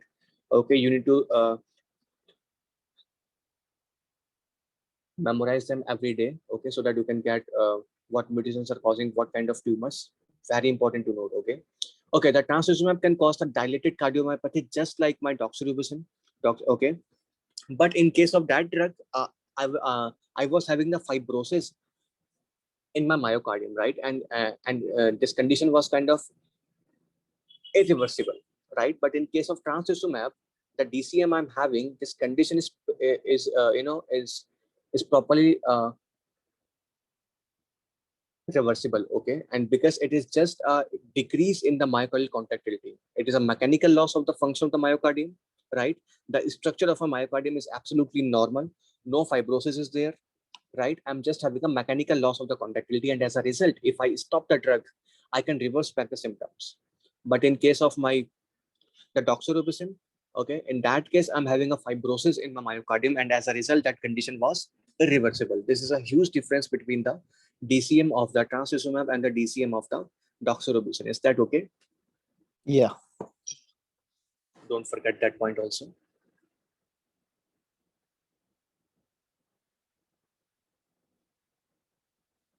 Then these drugs which have the RAF in their name, okay, RAF or the BRAF, okay, and that's why they are the inhibitors of the BRAF, okay. And you guys know what tumors are associated with the BRAF? Melanoma, hairy cell leukemia, small cell lung cancer. Small cell lung cancer. Oh, I'm not sure about No, small cell lung cancer. Colorectal Uh, cancer, hairy cell. Not the colorectal cancer. No, it was the KRAS and the colorectal cancer, not the BRAF. non-Hodgkin lymphoma. Non-Hodgkin's lymphoma. I think it was there in the non-Hodgkin's lymphoma. Anaplastic But thyroid? Or sorry, you Papillary guys are carcinoma forgetting. of Papillary thyroid. thyroid. Yeah, Okay. exactly. Papillary thyroid carcinoma. Okay. So melanoma, papillary thyroid carcinoma, hair cell leukemia. Yeah, non-Hodgkin's lymphoma also. Okay. But it is not the major one in the non-Hodgkin's lymphoma. Okay. So just remember three cancers, okay, mostly, which are papillary thyroid carcinoma, melanoma, and the hair cell Papillary leukemia. thyroid. Hairy cell leukemia. Okay, for the BRAF inhibition. Okay, very important. So these drugs which have the name, which have this BRAF in their name or the RAF in their name, they are the inhibitors of this BRAF. Okay, and they can prevent the metastatic melanoma. They can also be used for the hair cell leukemia and for this papillary thyroid carcinoma also, but mainly we use them for the metastatic melanoma. Okay, then comes a raspberry case, okay, which is not not a chemotherapeutic agent, but we use this drug for the tumor lysis syndrome. And does anyone remember what iron with these regulations I can get with the tumor lysis syndrome? Potassium phosphate. Potassium. Calcium level high or low? Low. Low.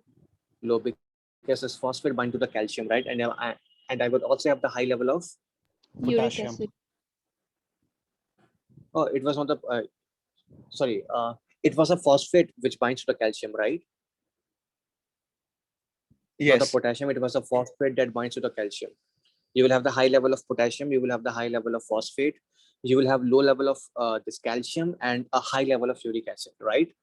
And to prevent the uric acid stones, I need to give the patient rasparicase, okay, which is a recombinant uricase that will convert my uric acid into more stabilized form or a more soluble form, which is the allantoin, right? So that it could be easily excreted from my body. Okay, so I prevent the tumor lysis syndrome because of that. Okay, so now the key chemotoxicities, okay, and you can remember this whole of the diagram for the ease.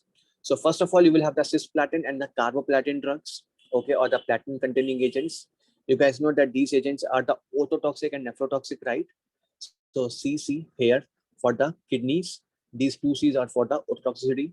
You have the vincristine and the vinblastin, and the vincristine can cause the peripheral neuropathy, right? So V here representing the peripheral neuropathy. You have the cyclophosphamide, which acts on the bladder, can cause the bladder cancer and the hemorrhagic cystitis. So cyclophosphamide for the bladder cancer and the hemorrhagic cystitis. You have the doxorubicin and the trastuzumab, which can cause the dilated cardiomyopathy. So D and T for the heart.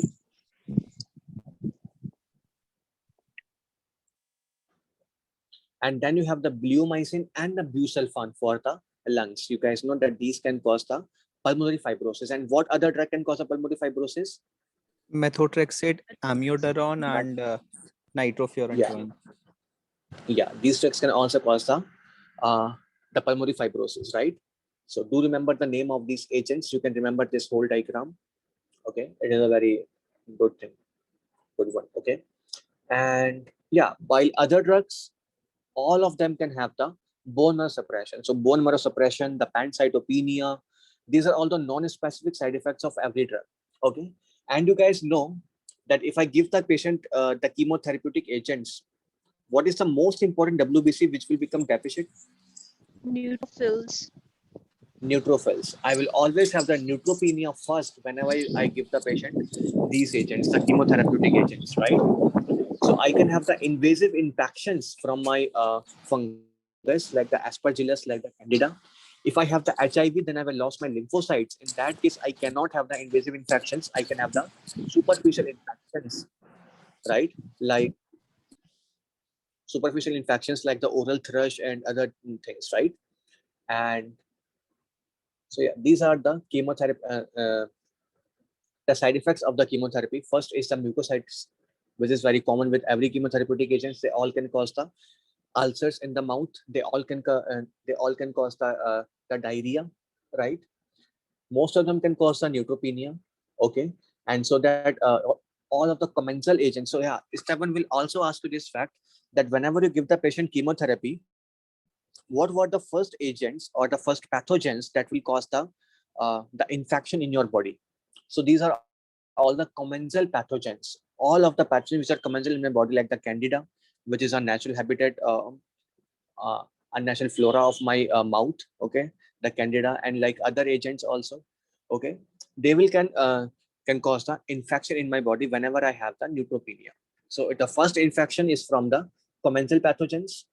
Okay, then I can have any other acquired pathogen infection from outside, right? But the first infection is always indigenous type. It is always from the inside bacteria in my body already. And because you do not have any neutrophils, right? So you do not have the major signs and symptoms of the inflammation. You just have a mild fever and chills.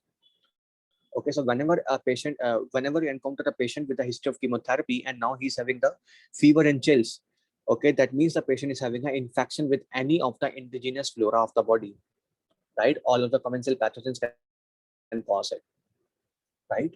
And the cell-mediated immunity, these are the side effects of the AIDS and the immunosuppression. Remember the immunosuppressive therapies for the this organ transplant.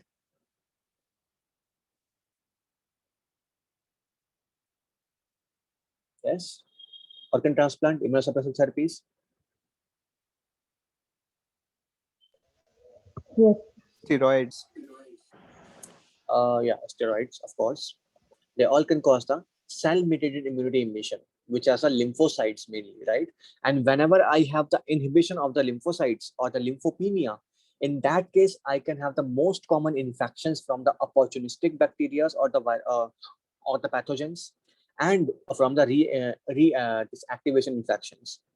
And in between these two, the reactivation infections are most common. So with the loss of lymphocytes, I will have the reactivation infections, then the opportunistic infections. With the neutrophils, I will have the commensal pathogen infections. Is that okay? Yeah. And does anyone can tell me the name of the immunosuppressive agents which inhibit the calcium in urine?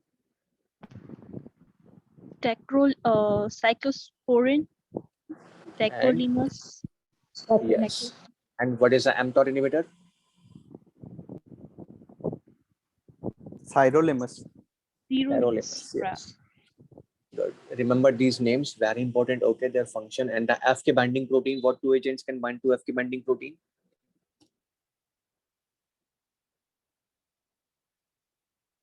Sirolimus and tacrolimus, right?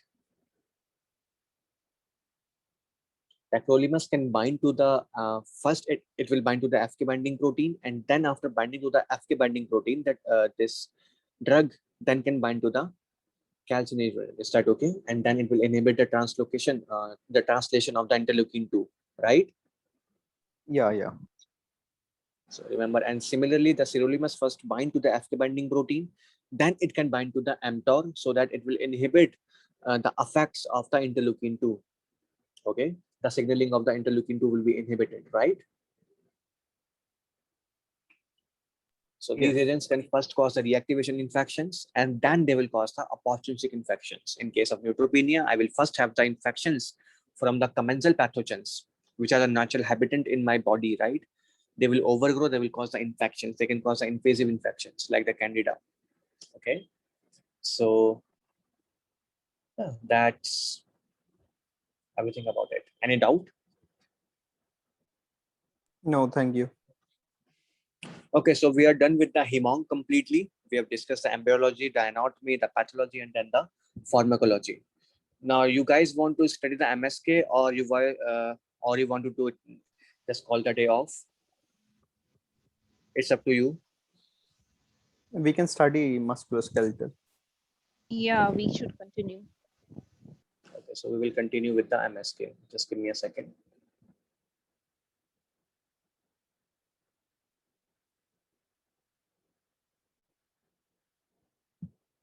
Sorry, I forgot to record.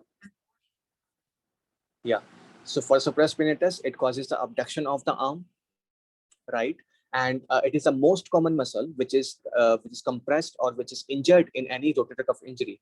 So whenever you encounter a patient who is having a rotator cuff injury and they cannot move their arms, right? And if step 1 do not give you any specific hint for a muscle, so you will always consider it an injury of the supraspinatus. Okay, and for that you need to do the empty can test. Okay, we'll describe this empty can test. First, you will ask the patient to cause the abduction at the 90-degree. Okay, then the 30% flexion would be there, and then you ask the patient to point the thumb on the floor. First, you will abduct their humerus to 90-degree, right?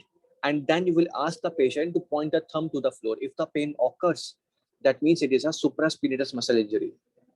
Okay.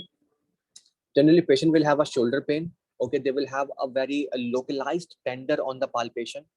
Okay, and they will always have the weakness of the muscle function, like the this abduction. Okay, and that tendon will be compressed or kind of impinged between the head of humerus and the acromion process. Okay, this is the rotator cuff syndrome, which is most commonly occur because of the supraspinatus muscle injury. Then you have the infraspinatus. Okay, and the function of this muscle is to cause the external rotation mainly. Very important. The infraspinatus, which can cause the external, as you can see the location of the muscle, if this muscle contract, it will cause the external rotation of the humerus, right? Like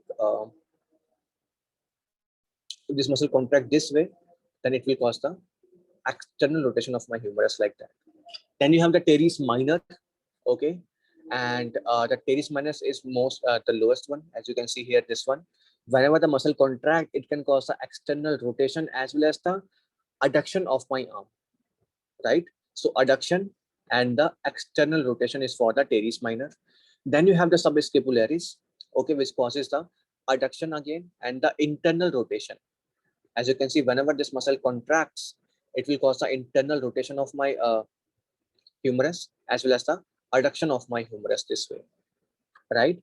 The supraspinatus and the infraspinatus, these are supplied by the suprascapular nerves, which originate from the brachial plexus.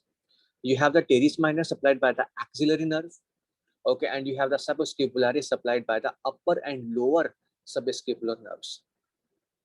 Okay, and they are all from the C5 to C6. Okay, and in case if you are having a damage of the infraspinatus, right, then I cannot cause the external rotation of my arm. In that case, the hypertrophy of my teres minor will occur. Okay, to assist in this external rotation more, right? And similarly, if I have a damage to my teres minor, okay, then the hypertrophy of my subscapularis and the hypertrophy of my infraspinatus will occur.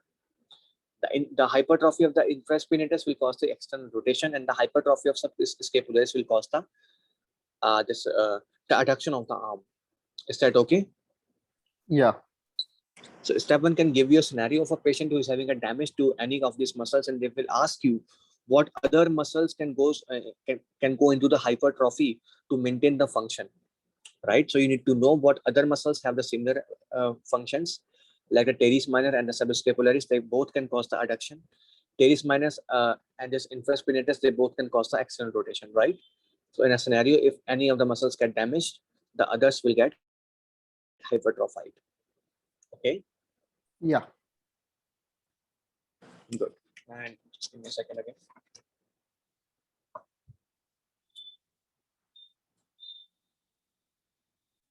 Okay, now let's discuss the function of other muscles in the arm abduction. Okay, they all will elevate the arm. They all can cause the abduction of the arm.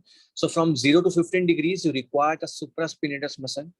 Okay, so the first muscle which assists in the arm abduction is the supraspinatus, and it is supplied by the suprascapular nerve.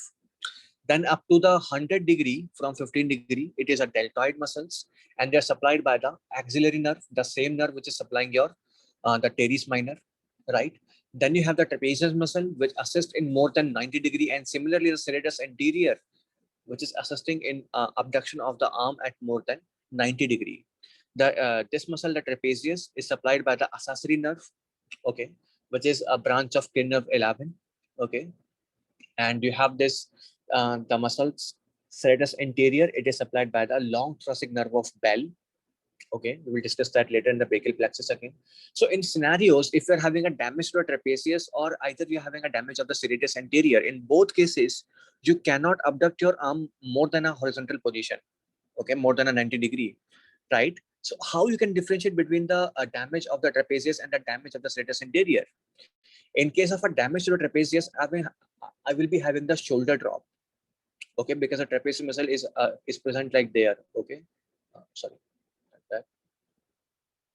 Okay, the trapezius muscle will be like there, okay. It will go upward like that. So in a scenarios, if I get damage of my this muscle, the trapezius muscle, I will be having the shoulder drop, right? Very important. And that means I am having a damage of my accessory nerve. In case if I'm having a damage to my long thoracic nerve of Bell, in that case, I will be having a paralysis of the serratus anterior. I will be having no shoulder elevation above 90 degree or 100 degree. Apart from that, I will also get the winging of the scapula.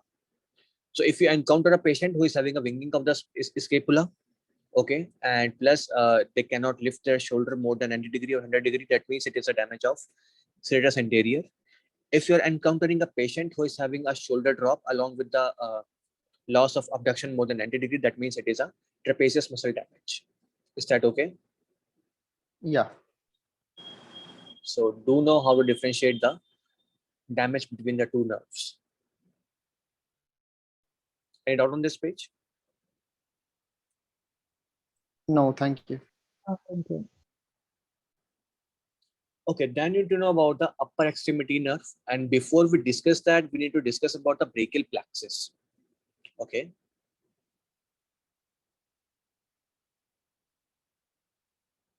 So brachial plexus actually controls the contraction of every nerve in your upper limb. Okay. Similarly, you also have a plexus in the for the lower limb, which is known as the lumbar plexus. Okay, which controls the movement of your lower limbs. Right. So for the upper limbs, you have the brachial plexus. For the lower limbs, you are having the lumbar plexus. Right. This brachial plexus arises from the C5, C6, C7, C8, and T5 nerve roots. Okay. And the C5 and C6 first combine to form the upper trunk. Okay. C7 goes like that and it will form the middle trunk. The C8 and T1 will combine to form the lower trunk. Then the division of these trunks happen into the anterior and the posterior. Okay. So this upper trunk will be divided into the anterior and the posterior part. Similarly, this middle trunk, anterior, posterior, and similarly the lower trunk into the anterior and posterior. And you call them the divisions. Okay, the posterior division of the upper limb and the posterior division of the lower limb, right? They both combine to form this this part, and of course the posterior part of the middle trunk also, they will combine to form the posterior part. Okay, the anterior division of this middle trunk, okay, as well as the upper trunk, they will combine to form the lateral cords. Okay, and the anterior division of this lower limb will go like that and will form the medial cord.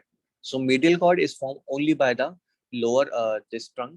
Okay, the posterior cord is formed by the posterior division of the upper, middle, and lower trunk, right? And the lateral cord is formed by the uh, by the combination of anterior division of the upper and the middle limb, this trunk, right? Now, smaller branches will arise from these cords. From the posterior cord, you will have the axillary nerve, which supplies your teres minor and supplies your deltoids, right? You have the radial nerve, okay, which supplies on the medial side of this your forearm, right? And then you have the combination, further the branches from the lateral and the medial cords, they will combine to form the median nerve, okay? And the median nerves, they mainly supply your flexors, sorry, the radial supply the extensors, not the middle side of the forearm, okay? The radial nerve supplies the extensors, okay, and the median nerve supplies the flexors, okay? The branches from the medial cord, okay, from medially, it will form the ulnar nerve, and that's why the ulnar nerve runs medially in your hand, okay, and it will supply the medial structures of the forearm and the hand, right? And then we have the musculocutaneous nerve, okay, which forms by the branching of the lateral cord, okay. And now you can also imagine what what nerve roots can be forming the musculoskeletal, the median, and the ulnar one, right? For example, if I say about the axillary nerve, can you guys imagine what nerve roots are forming my axillary nerve?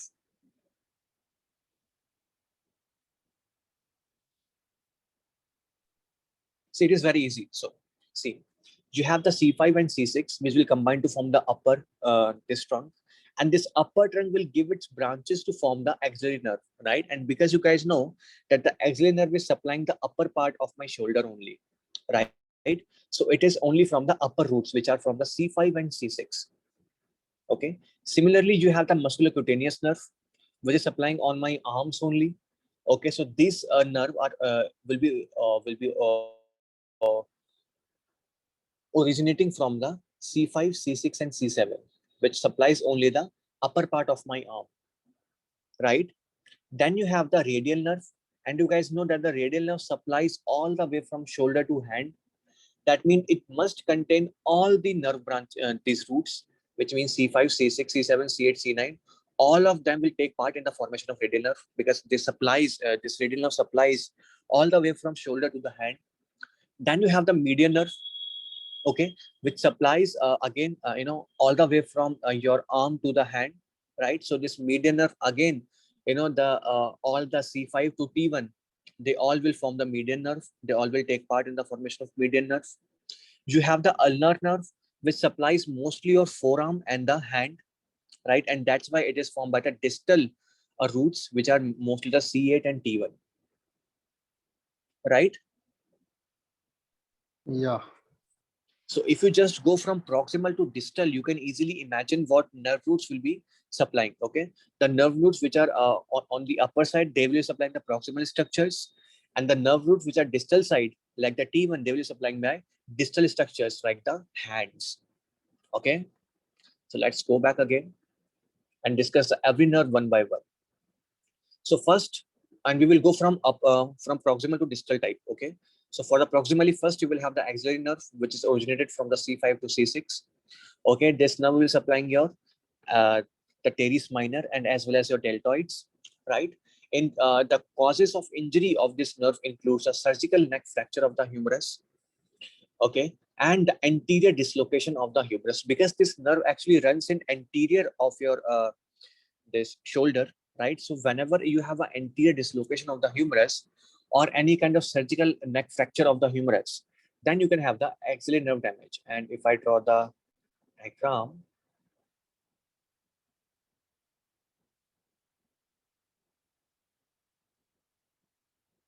this is your humerus, this is a surgical neck, okay, and there your axillary nerve actually runs from here, okay.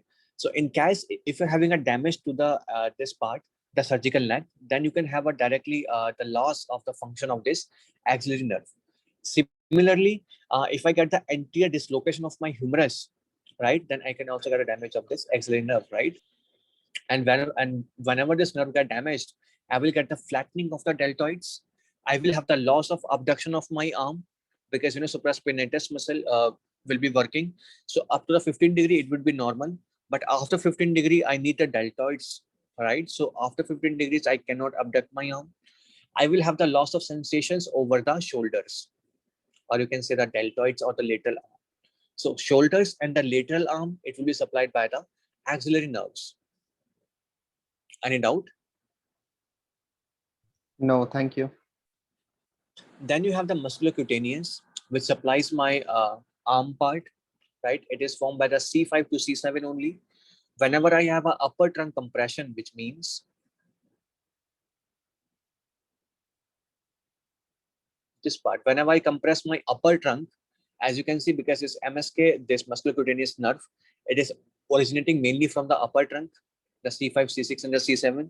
If I somehow get the damage of this upper trunk, then I can get the damage of this musculocutaneous nerve also, right? So the damage of this nerve, you will be mostly seen in case of this Erb's palsy. Okay, because in most commonly, it is because of the Erb's palsy, you can get the upper trunk compression and you can get the musculocutaneous nerve damage, right? And this nerve supplies your biceps muscle, which are the muscles in the arm, of course, which are involved in the flexion. So you will lose the flexion, you will lose the biceps reflex. And please note the C5 and C6 is responsible for the biceps reflex. We will discuss that later. And I will also tell you mnemonic how to remember these reflexes. Okay. You will have the weak forearm flexion. Okay. And as well as a supination. Very important. This musculocutaneous nerve, it is also involved in the supination. Right. If you damage this nerve, you will get the loss of supination also. And does anyone know what is supination?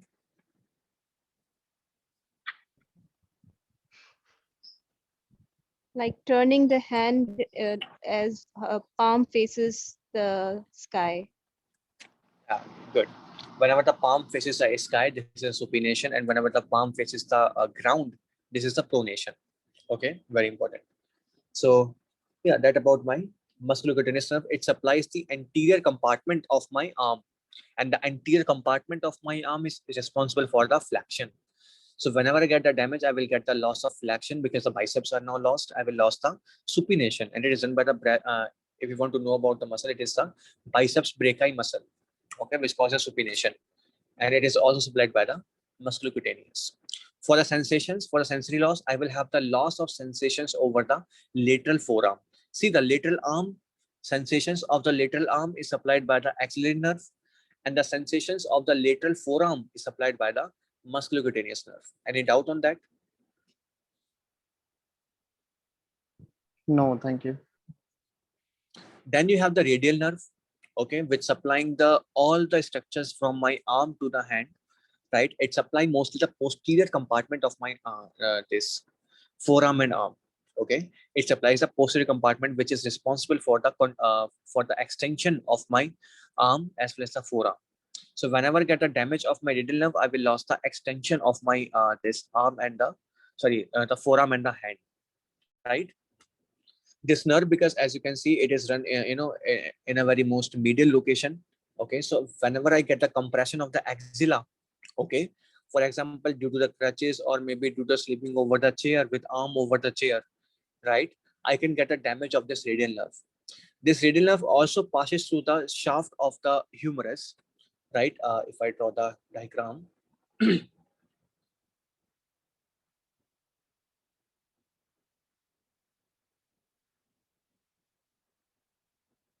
this nerve passes like that. Okay, like that. That's how this nerve crosses the humerus. In case if you get a fracture of the shaft of the humerus, if this shaft got fractured, then and you can know if the fracture happened at this location, happened at this location, or happened at this location or this location. In all the locations, if I'm damaging my shaft of the humerus, then I can damage the radial nerve, right? So again, if I get the fracture of shaft of humerus, I can get the damage of the radial nerve, right? And yeah, with the repetitive pronation and the supination, for example, the use of screwdriver, I can also get the damage of this radial nerve. And in that case, you will only get the finger drop. No sensory loss. We will discuss that later. Don't worry. You will only get the finger drop in that case. So because of the compression at the axilla, right, I will get the wrist drop. Okay, I will get the loss of elbow, wrist, and the finger extension, right? I will decrease the grip of my hand, because some amount of extension at the hand is required for the full grip, right? So I will lose the grip strength. I will also lose the sensations over the posterior arm and the forearm and the dorsum of the hand, because this nerve actually going all the way posterior part only, the posterior compartment, right? So I will get the loss of sensations on the posterior compartment of my arm, forearm, and hand, right? I will also get the loss of extension at the elbow. I will get the loss of extension at the wrist. I will get the loss of extension at the finger, right? And if the damage happens after the axilla, okay, and before the elbow, then I will get the sparing of the elbow, which means my elbow extension would be absolutely normal if I get the fracture of shaft of humerus. As soon as my this radial nerve exits the axilla, if I get damage anywhere in that pathway, then I will spare my elbow extension. My elbow will be absolutely normal because the branches will be given immediately after the axilla, right? So in the case, if I'm having a fracture of the shaft of humerus, in that case, my axilla, in that case, my elbow will be absolutely normal. Is that okay? Yeah. Okay, now after the arm, okay, when the radial nerve reaches the forearm, okay, it will be divided into the two branches. One is the superficial branch and second is the deep branch. Superficial branch supplies the most superficial structure, which are your skin, right? So the superficial branch is actually a sensory nerve. It will take the sensory information from the posterior side of my forearm and the posterior side of my hand. And this deep branch, it passes through the muscle, which are the supinator muscle. Okay. After passing through the supinator muscle, this nerve will be divided into the posterior interosseous nerve. Okay, it will divide into the posterior interosseous nerve, right? And whenever I do the repeated pronation and supination, because the supinator muscle is involved in the supination process, right, I can damage my radial nerve here in the supination muscle. And as a result, the posterior interosseous muscle is now lost. Okay, and in that case, because already my triceps reflex, the nerves for the wrist extension and for the triceps will be given off very early. So I can have a normal triceps reflex. That means the elbow extension, it would be normal. The wrist extension, it would be normal because the branch for the wrist is already given before this muscle. All I can have is the damage of the posterior interosseous nerve, which supplies the extension of my fingers. Okay, so if I get a damage from the this repetitive supination pronation movements, like using a screwdriver, in that case I can only get the loss of this innervation to the fingers, right? My wrist will be absolutely normal, my elbow would be absolutely normal, just the paralysis at my fingers happen. I cannot extend my fingers, so I will get the fingers drop. No sensory loss happen because the sensory nerves are already given before that. Okay, the nerve to my wrist is already given before the supination muscle, right? So damage can never happen to this muscle. Only damage can happen is to the posterior interosseous nerve, which is supplying my fingers. Is that okay? That's Yeah. good. Can you point to where the supination or supinator muscle is on the diagram? Around which area? Where? Please repeat it again. So I didn't understand. Okay, supinator muscle, right? It's Yeah. where do you know about where on the diagram it would be? On which diagram? Just like any diagram of the hand, like there's two diagrams here. Oh, supination muscle is here. Okay, so would a laceration at that point also cause the same thing? Where? Laceration at? Yeah, no, a laceration at that point would also create the same difficulty, Yeah, right? of course. If we have a deep laceration, yeah. If we have a deep laceration, it can also damage my nerve, right? In the deep Yeah. lacerations, I can get a damage of my radial nerve again. Okay, thank you. Okay. Yeah. So that's about my radial nerve. And in case of a supracondylar fracture also, very important. See, I know you guys have heard about that whenever I have a supracondylar fracture, then I can damage my median nerve. And what does that mean by that? If I draw the humerus, and at the end, the humerus will be like that, right? Okay. And these are the condyles, and this is the supracondylar part. If I get a damage here, then I can damage my median nerve. Yes, that's what God has heard, right? Please respond. Yes. Yeah. Superior's But median and that's not entirely true. In the supracondylar fracture, I can either have the damage of median nerve or I can have a damage of radial nerve. See, what happens is in the medial part, if this side is medial and this side is lateral, in the medial part, I will having this median nerve running. Okay. In the lateral part, I'm having this radial nerve running. So if I get a supracondylar fracture, which is here, okay, and somehow this humerus, the upper part, which is the proximal part of the humerus, is shifted right side or the lateral side, right? In that case, I will be having a damage to my radial nerve. If this humerus part, which is the proximal part, if it's shifted on the medial side here, then I can have a damage to the median nerve. So it depends where the proximal part of my humerus is shifting, medial side or lateral side. If it is shifting medial side, then the radial nerve will get damaged. In the lateral, and the medial side, I will be having a medial nerve damage. Okay, if I didn't mention that point, so you can mention that. Only if I had said that a supracondylar fracture can cause the damage to the median nerve, but that's not entirely true. A supracondylar fracture can also have a damage to the radial nerve also, right? And if I get a supracondylar fracture, then can I have the loss of elbow extension? No. See my elbow. See my elbow is here, right? This part is my elbow. If I get a damage of my nerve here before the elbow, can I have a loss of elbow extension? No, because the nerve is given before. head extension, though. Yeah, the nerve has already been given just after the axilla, right? So the elbow will be absolutely normal. I just get the loss of extension of my wrist and the loss of extension of my fingers. And when I get damage of the nerve after the supinator muscle, in that case, the nerve to my wrist has already been given. So wrist will be normal and I will just get the finger extension. Okay, so you just need to know at what locations the nerve has been damaged. In the axilla, loss of extension of all these three locations, elbow, wrist, and finger. In case of after the axilla, okay, the elbow will be spared, and I will get the loss of extension of the wrist and finger. After supinator muscle, I will just get the loss of extension of the fingers. Wrist and elbow will be spared. Is that okay? Yes. So that's everything about the radial nerve. Then comes the median nerve.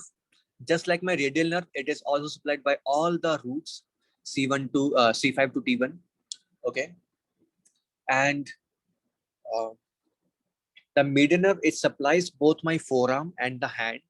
Okay, it supplies the anterior compartment of my forearm, right, which is responsible for the flexion of my hand completely, right? So the damage of the median nerve can happen because of the supracondylar fracture. We have discussed how. Okay, the damage can also happen because of the carpal tunnel syndrome and the wrist laceration. If you have any wrist laceration, then you can have a damage to the median nerve because it passes through the wrist. Okay, just after the carpal tunnel syndrome. Okay, if any kind of this impingement of my nerve occurs there, then you can have a carpal tunnel syndrome also, right? So two locations where my nerve got damaged. One is at the supracondylar location, and second is at the carpal tunnel. Okay, if I have a supracondylar fracture, then I have a this proximal nerve lesion. Okay, if I have a carpal tunnel syndrome, then I will have a loss of the finger flexion will be preserved in that case. It's just a loss of sensations over my thumb or the thenar eminence will occur. Okay, and the thumb will be lost mostly. We will discuss that later. Don't worry about that. Okay, and this brachial artery. Okay, it also runs in a very close association with the median nerve. Okay, so in the scenarios where I'm having a damage to my median nerve, I can also damage my brachial artery. And then you have a deep brachial artery also, right? And the deep brachial artery run very close to the radial nerve. So whenever a step one asks you about the radial nerve damage, and they will ask you what artery could be damaged along with it, that means it would be the deep brachial artery. And when they talk about the brachial artery, that means the median nerve damage. Okay. Yeah. Is that okay? Yeah. So if you have a damage of the median nerve, then you can have a loss of wrist flexion, right? And why not the this elbow flexion? Because biceps controls it, and biceps is supplied by musculocutaneous. Yes, exactly. So only the wrist flexion will be lost, and then the flexion of the lateral fingers. Okay, and that even includes the thumb. Okay, so thumb and the lateral, your second and the third finger. Okay, the loss of flexion of these fingers will happen, right? And the lumbricals and index of the middle fingers, they also be lost. So ultimately, you're losing your finger flexions and you're losing the thumb opposition. Okay, and what does the function of lumbricals is? Does anyone know? Abduction of fingers? Adduction, lumbricals. Abduction, No, right? Back in. Oh, whoops. not the abduction. Extension? Anyone want to try? Where? At what joints? You have this metacarpopharyngeal, then the PIP, then the DIP, right? At what joints extension? Uh,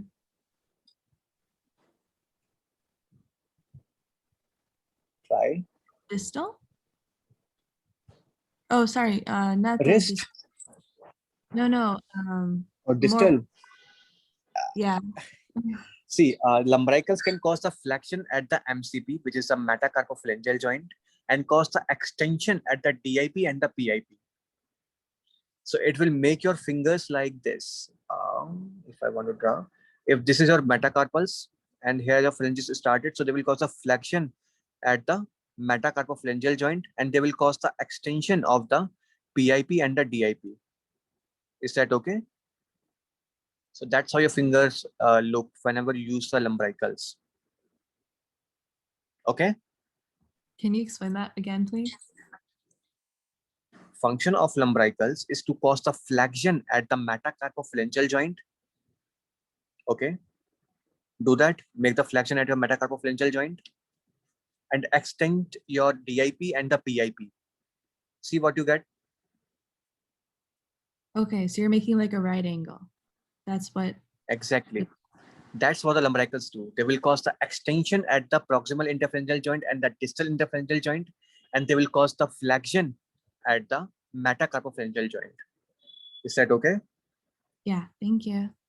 This is a function of lumbricals. So if I lost my median nerve, then I will be having a loss of my lumbricals function. In that case, I cannot extend my DIP and PIP, and I cannot flex my MCP, right? Yeah. What I can get is a flexion at the PIP and the DIP, and I will get the extension at my MCP. I will get this kind of thing, finger, right? This kind of fingers I will get. Yeah. Okay. And I think FA has shown it. You guys just give me a second.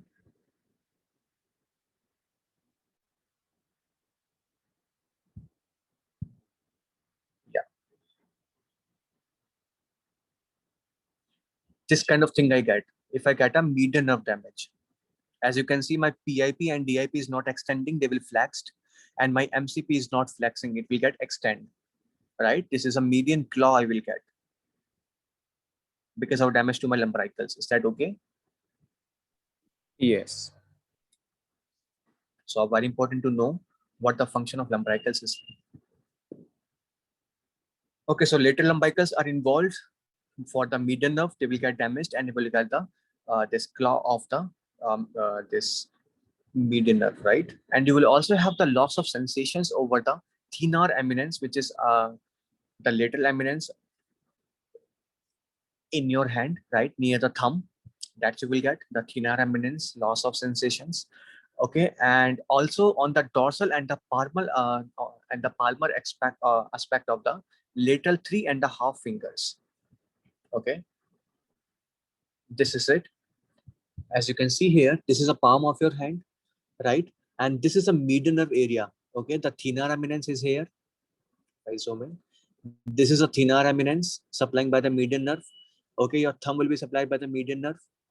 Okay, and the second finger, third finger, and the half of this part. So 3.5 fingers on the palmar side supplied by the median nerve. On the dorsal side, again, the second, third, and the half. This is also supplied by the median nerve. Is that okay? For sensory function of the median nerve. Yeah. Okay. So that's about the median nerve. It will be damaged by the supracondylar fracture. It will be damaged by the carpal tunnel, right? And uh, this nerve supplying your anterior compartment of the forearm and the anterior compartment of the anterior part of my hand. So the flexion at my wrist is lost and the flexion of my fingers is lost, right? And the lumbricals function are also lost. Okay.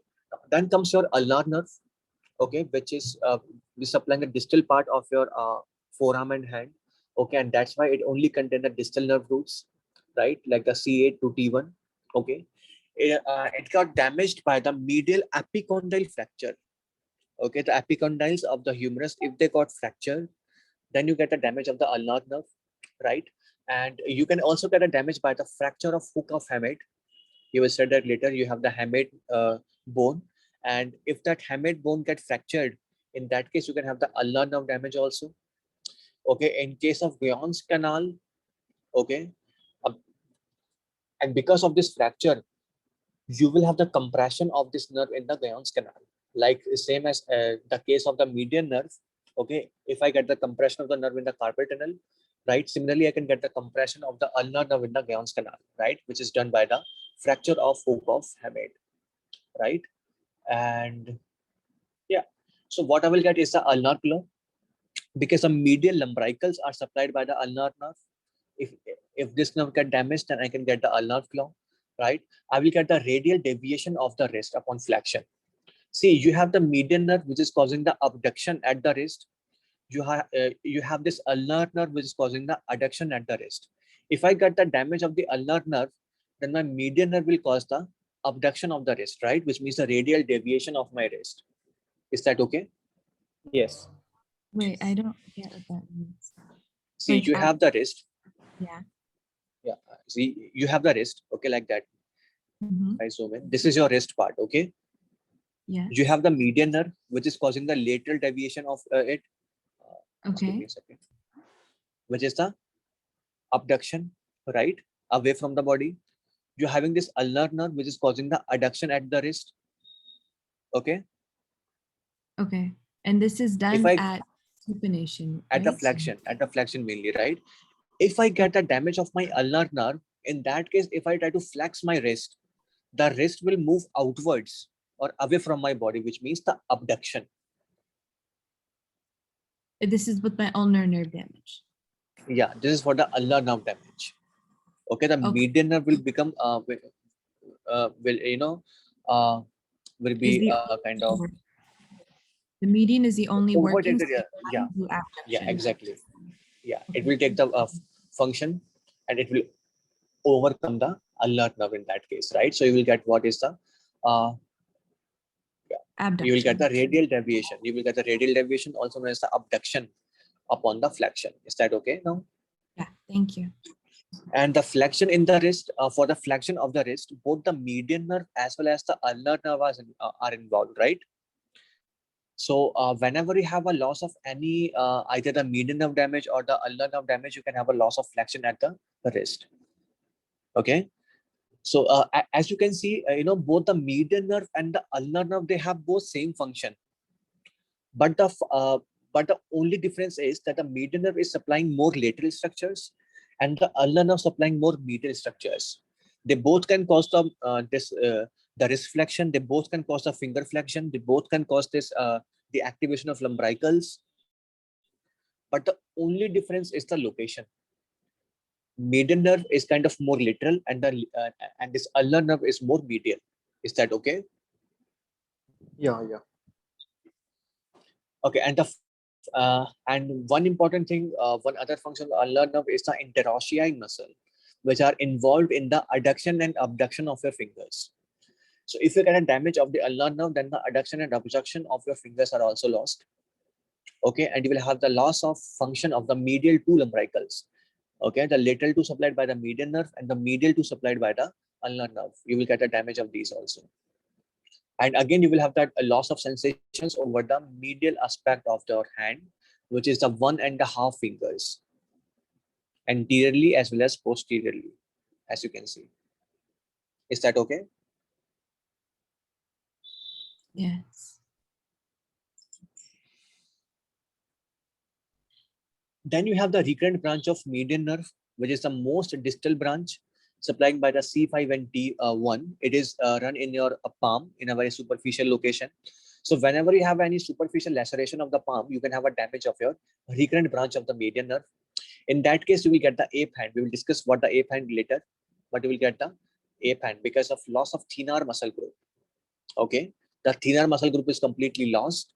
Okay, that means the function of your thumb is now lost. A position, abduction, flexion of the thumb is lost. Okay, but the sensory supply is already given very early, and as a result, the sensory loss won't be there, and normal senses will be present. Is that okay? Yes. So this is all about the your forearm and the arm and the hand.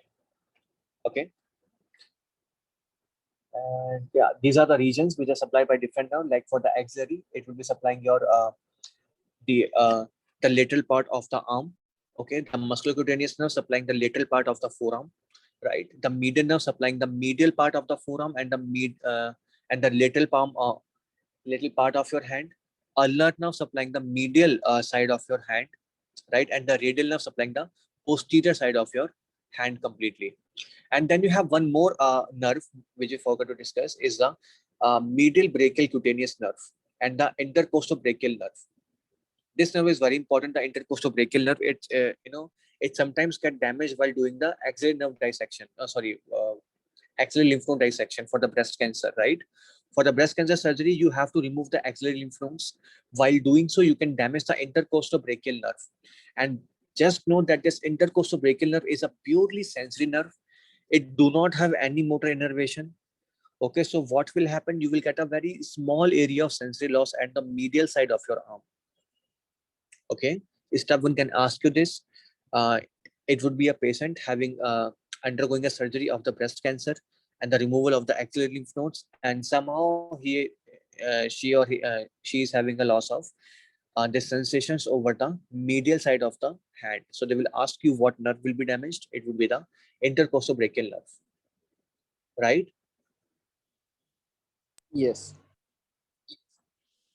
Okay. And one more thing about these two nerves, the median and the ulnar nerve, because the median nerve supplying the thenar eminence and the ulnar nerve supplying the hypothenar eminence, right? Hypothenar eminence is basically an eminence on the medial side of your hand, and the thenar is on the lateral side. So whenever you have a median nerve damage or the paralysis, in that case, I will be having an atrophy at the thenar eminence.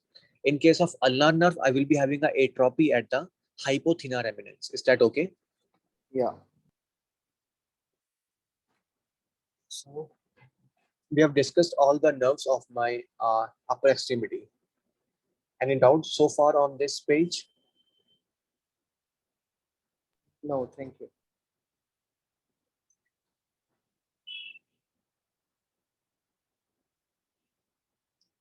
Then let's discuss what happens if you damage your trunks or other areas in this brachial pathway, right? First will be the upper trunk compression. Okay, if you get the upper trunk compression, generally it happens during the time of delivery. Okay, while delivering the fetus, if we kind of stretch the neck too much, right? So it can damage the lateral part. Okay, as you can see, this upper part or the lateral part is more superficial than the lower or the deep part. Okay, so while delivering the fetus, the iatrogenic damage to this upper part can happen, and as a result, the C5 and C6 nerve roots and all the nerves which are being supplied by the C5 and C6 will be damaged, which means the symptoms will involve only the upper part of my this arm, right, the shoulder part. So what I will have is the damage of the deltoids. I will have a damage of my supraspinatus. I will have a damage of my infraspinatus and the biceps brachii. right? Because of a damage to my axillary nerve as well as the musculocutaneous, because you know that axillary and musculocutaneous are majorly supplied by the C5 and C6. Now, because of loss of my axillary nerve, I will be losing my deltoids and supraspinatus. What I will have is a loss of abduction of my arm. Because of loss of infraspinatus, I will be having a loss of the lateral rotation. That means my hand will be internally rotated, as like that. As you can see, this hand is internally rotated. Okay, because of the biceps brachii is involved in the supination. Sorry, involved in the flexion and the supination. The loss of this muscle will cause the extension of my arm as well as the pronation of my arm, like that. Okay, and this condition is known as the waiter's step. It's looking like a waiter's step. Okay, so this is what known as the Orb's palsy because of a compression of my upper trunk. In the adults, any kind of trauma to the nerve directly can happen, right? And it can lead to the Orb's palsy again. Any doubt on it? No, thank you. Then you have the Klumpke's paralysis, in which you're having a damage at the lower trunk.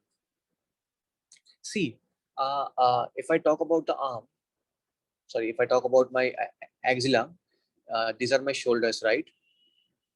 Okay, this is the axilla. As you can see, this is the upper trunk, and the length of the upper trunk is very much more than the lower trunk, right? This is the lower trunk.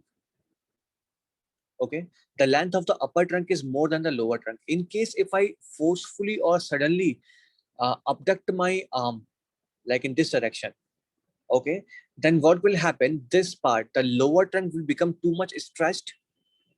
Okay, the tension will increase and this nerve even get damaged. Is that okay? Yes. So in a very rapid upward kind of abduction of my arm, I can damage the lower trunk of my brachial plexus.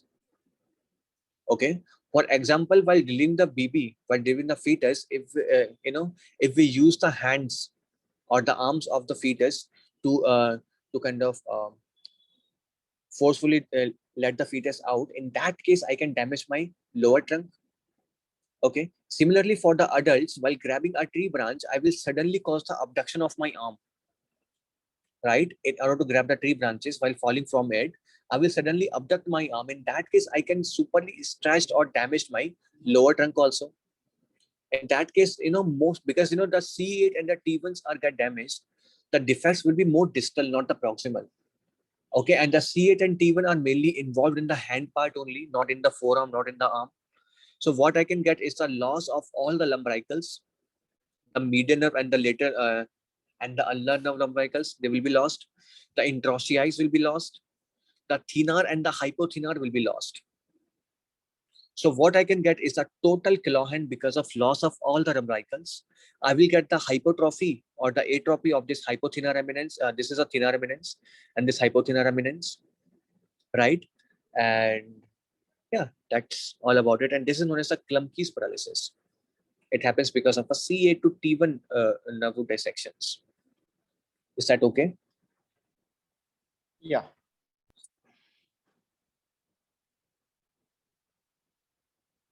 Okay, then you have a thoracic outlet syndrome, okay, which is similar to that of Klumpke's paralysis. Whenever you have any tumor which is involving your lungs, for like say a Panco's tumor, which is from the upper lobes of the lungs, okay, because the lower part in your brachial plexus is the trunk, this part.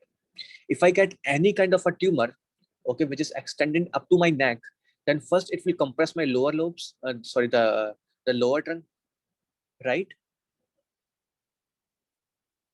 Yes. Is that okay? In that case, I can also get the Klumpke's paralysis like thing. Okay. What I can get is the same as the Klumpke's paralysis. Okay. It will be because of the compression of the lower trunk and the subclavian vessels. And because the subclavian vessels are being compromised, where can I expect the edema? In the hand, in the upper extremity, right? I will have an upper extremity edema along with the Klumpke paralysis. So if you encounter if you encounter a case of a patient who is having this Klumpke paralysis along with the upper extremity edema, that means it is not a normal Klumpke paralysis but a thoracic outlet syndrome.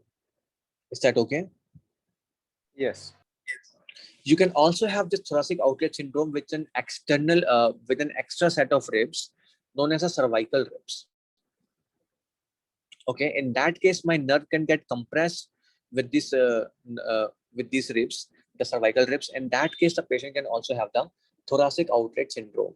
So, if the patient gives you a history of a presence of an extra rib, right, then you can immediately know the patient is having a thoracic outlet syndrome. In that case, a patient will be having a edema as well as the clumsy paralysis. Is that okay? Yes.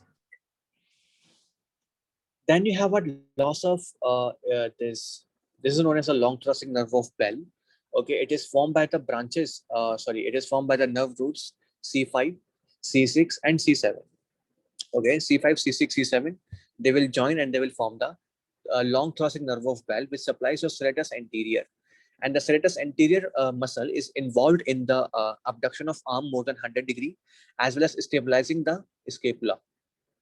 In the scenario where I got damage of this serratus anterior, which means this long thoracic nerve of Bell, what I can have is a loss of this abduction of my arm above my shoulders, which means more than 100 degrees, 100 degree, right? As well as I will get the winging of the scapula. Okay, very important. The winging of scapula will be present, as you can see, like that. This kind of a prominence will be seen on the back of my body, right? Whenever I try to forcefully, push against the wall, okay, I will get this type of winging of the scapula, and I will also get the loss of abduction in the overhead movements. Okay, and the damage to this long thoracic nerve of Bell can happen while doing the axillary lymph node dissection after the mastectomy. Okay, or any kind of a chest tube insertion, I can damage this also. So a breast cancer, okay, or a chest tube insertion, I can damage the long thoracic nerve of Bell. In case of axillary lymph node dissection, I can either damage my this intercostobrachial nerve, or I can also damage the serratus anterior nerve, right? Yes.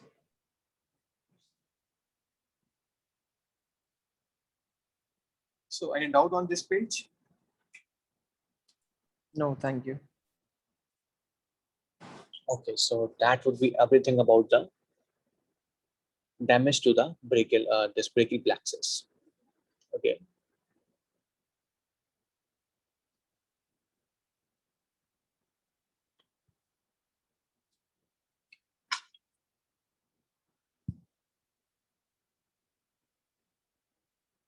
Then the wrist region.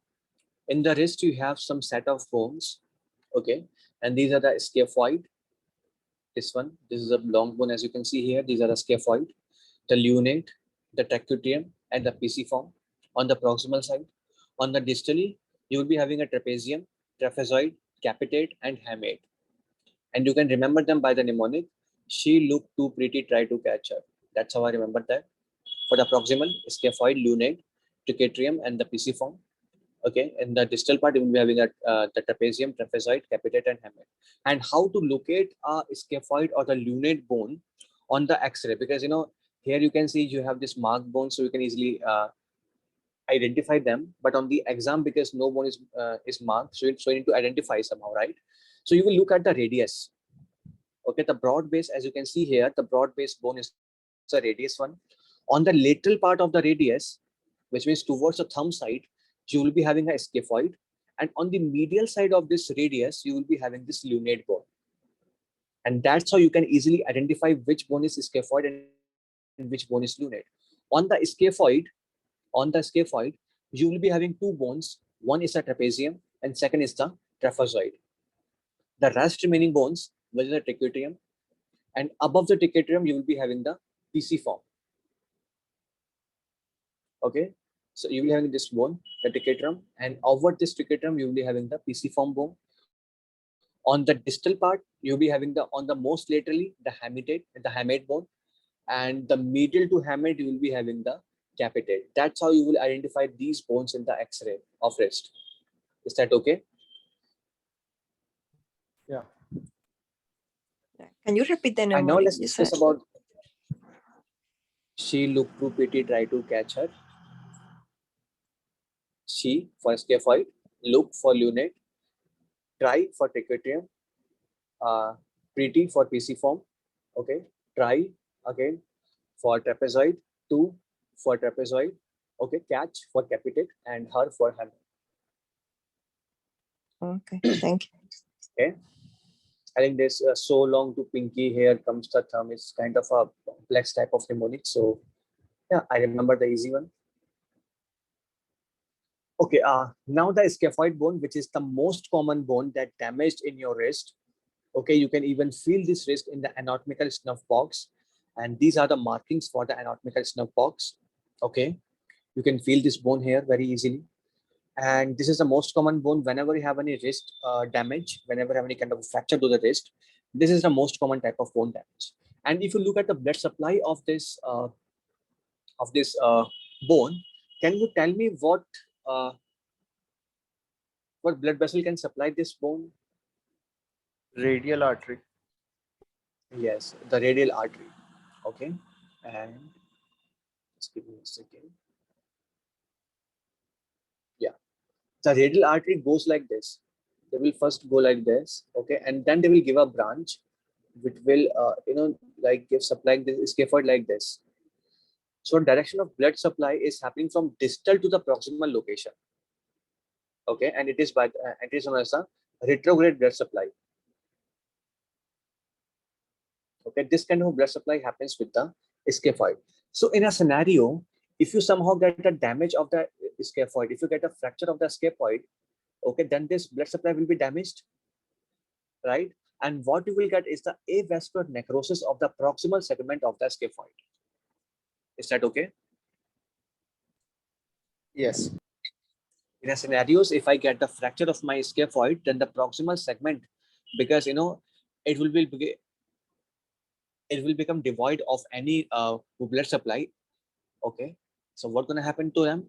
It will be the avascular necrosis of the proximal segment of the scaphoid, right? So please remember that in case of a scaphoid fracture, you will be having a avascular necrosis of the proximal segment of the scaphoid, right? Any doubt on that part? No, thank you. And yeah, the locations or the markings for the anatomical snuff box, you will be having the opponent's pollicis brevis and the adductor pollicis brevis. So two brevis muscles, both are for the thumb, right? The opponents and the abductor. Okay, in between these two tendons, you will be having the anatomical snuff box where you can easily feel the this scaphoid bone. Okay, then you have this hamate bone, okay, which is here. You can locate it here in the hamate bone. And whenever I get any kind of fracture of this hamate bone, because ultimately my ulnar nerve passes through here like that. Okay, and this is the Goins canal where my ulnar nerve get passes. Okay, this kind of a canal is present between the trichotrium and this hamate bone, or the pisiform and the hamate, I think. Okay, and the ulnar nerve passes through it. In a scenario, if I get a damage to my ulnar, this hamate bone, okay, any fracture to my hamate bone, if it happens, in that case, my ulnar nerve get compressed. Okay, and it is known as a Goins syndrome. Just like the carpal tunnel syndrome, I'm having a Goins canal syndrome. Okay. Yeah. Any doubt on that part? And then you have the dislocation of the lunate. Excuse me a second. Then you have the dislocation of the lunate.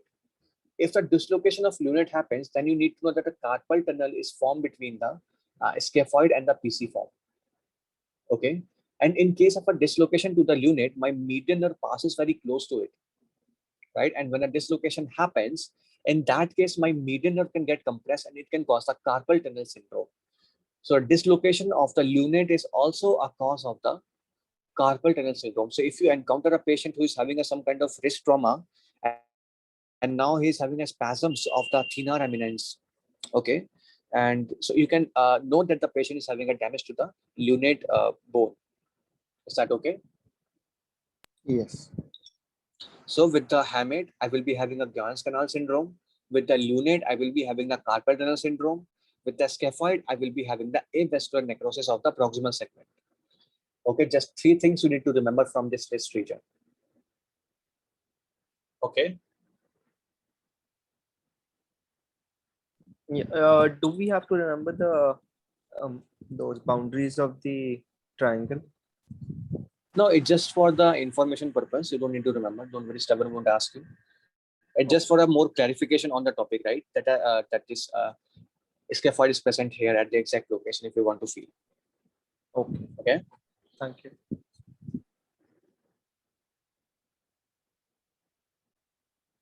And this is the fracture of surgical neck of the humerus. Okay. As you can see, the axillary nerve passes through the surgical neck. If you get any damage to the surgical neck, then the axillary nerve will become paralyzed. And apart from the axillary nerve, you also have the artery, the axillary artery. Okay, which is a continuation of which artery? Subclavian. Subclavian artery. Subclavian artery will become the axillary artery, and this axillary artery gives up 2 branches. One is the anterior circumflex artery, and second is the posterior circumflex artery. Now they form a bridge between the anterior and the posterior circumflex artery. And this bridge is called the anterior circumflex artery.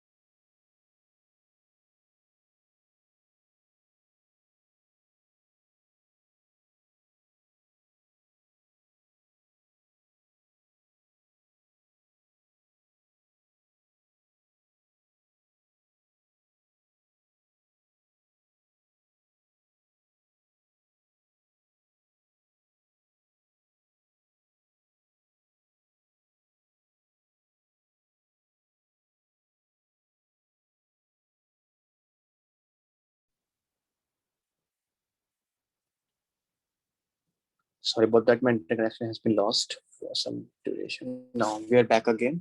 Am I audible? Yeah. Yes. Okay, so along with the axillary artery, you also have the along with the axillary nerve, you also have the posterior circumflex artery and the anterior circumflex artery supplying the surgical necks and the proximal part of my humerus.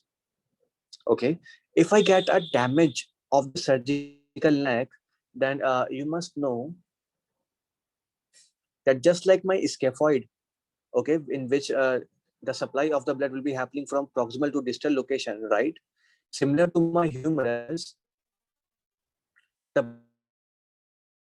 blood supply will be happening from. So in the scenarios, if I get a surgical neck of humerus fractured, right, in this case, the avascular necrosis of this head of humerus will occur. Is that okay? Yeah. In a scenario, if I get a surgical neck of fracture, right, in this case, I can have a avascular necrosis of the humerus, head of humerus, because of the loss of blood supply by the anterior and the posterior this circumflex arteries. So what I can have because of this avascular necrosis, I will be having so much pain.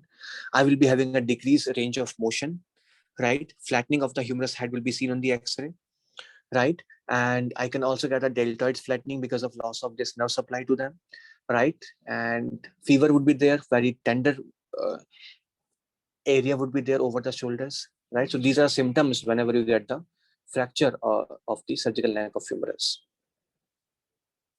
Is that okay for everyone? I have one doubt. Yes. What's the meaning of flattening of the humeral head? It just because of the atrophy and because of this necrosis, it will appear like the flattening of this head has been occurred because of necrosis, right? Okay, okay, yeah, I got it now. Yeah. Thank you. And then comes the hands muscle.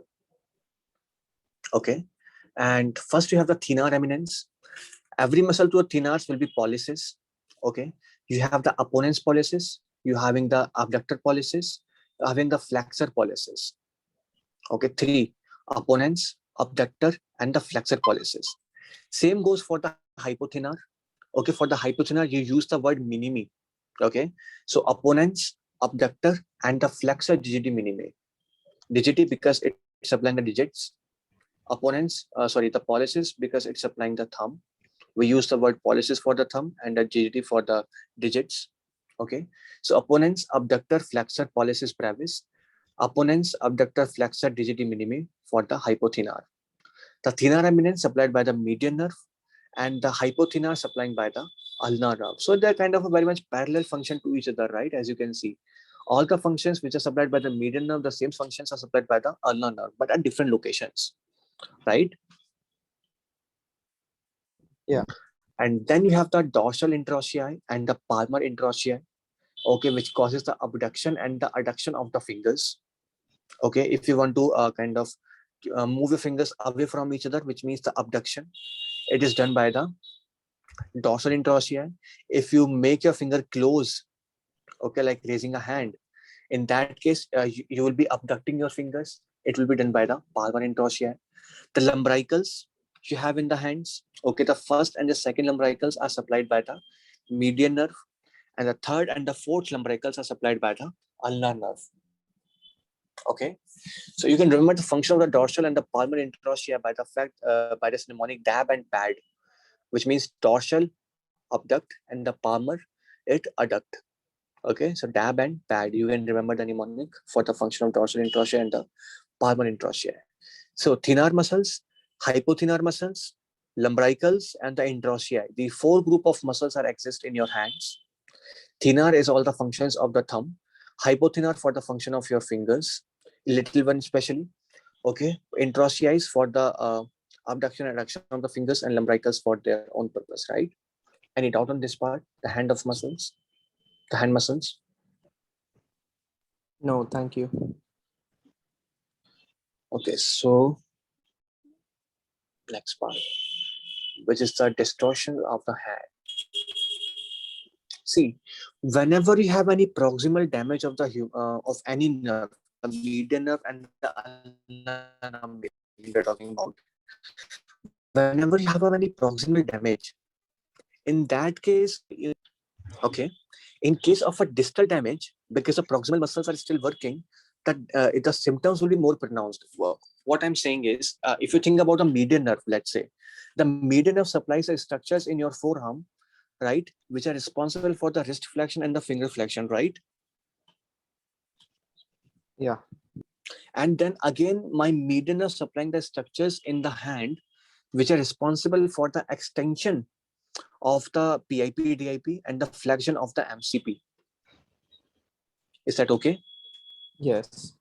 So if I get a proximal damage of this nerve, the median nerve, in that case, the muscles from my forearm, which were causing the flexion of these fingers, they would be lost, right?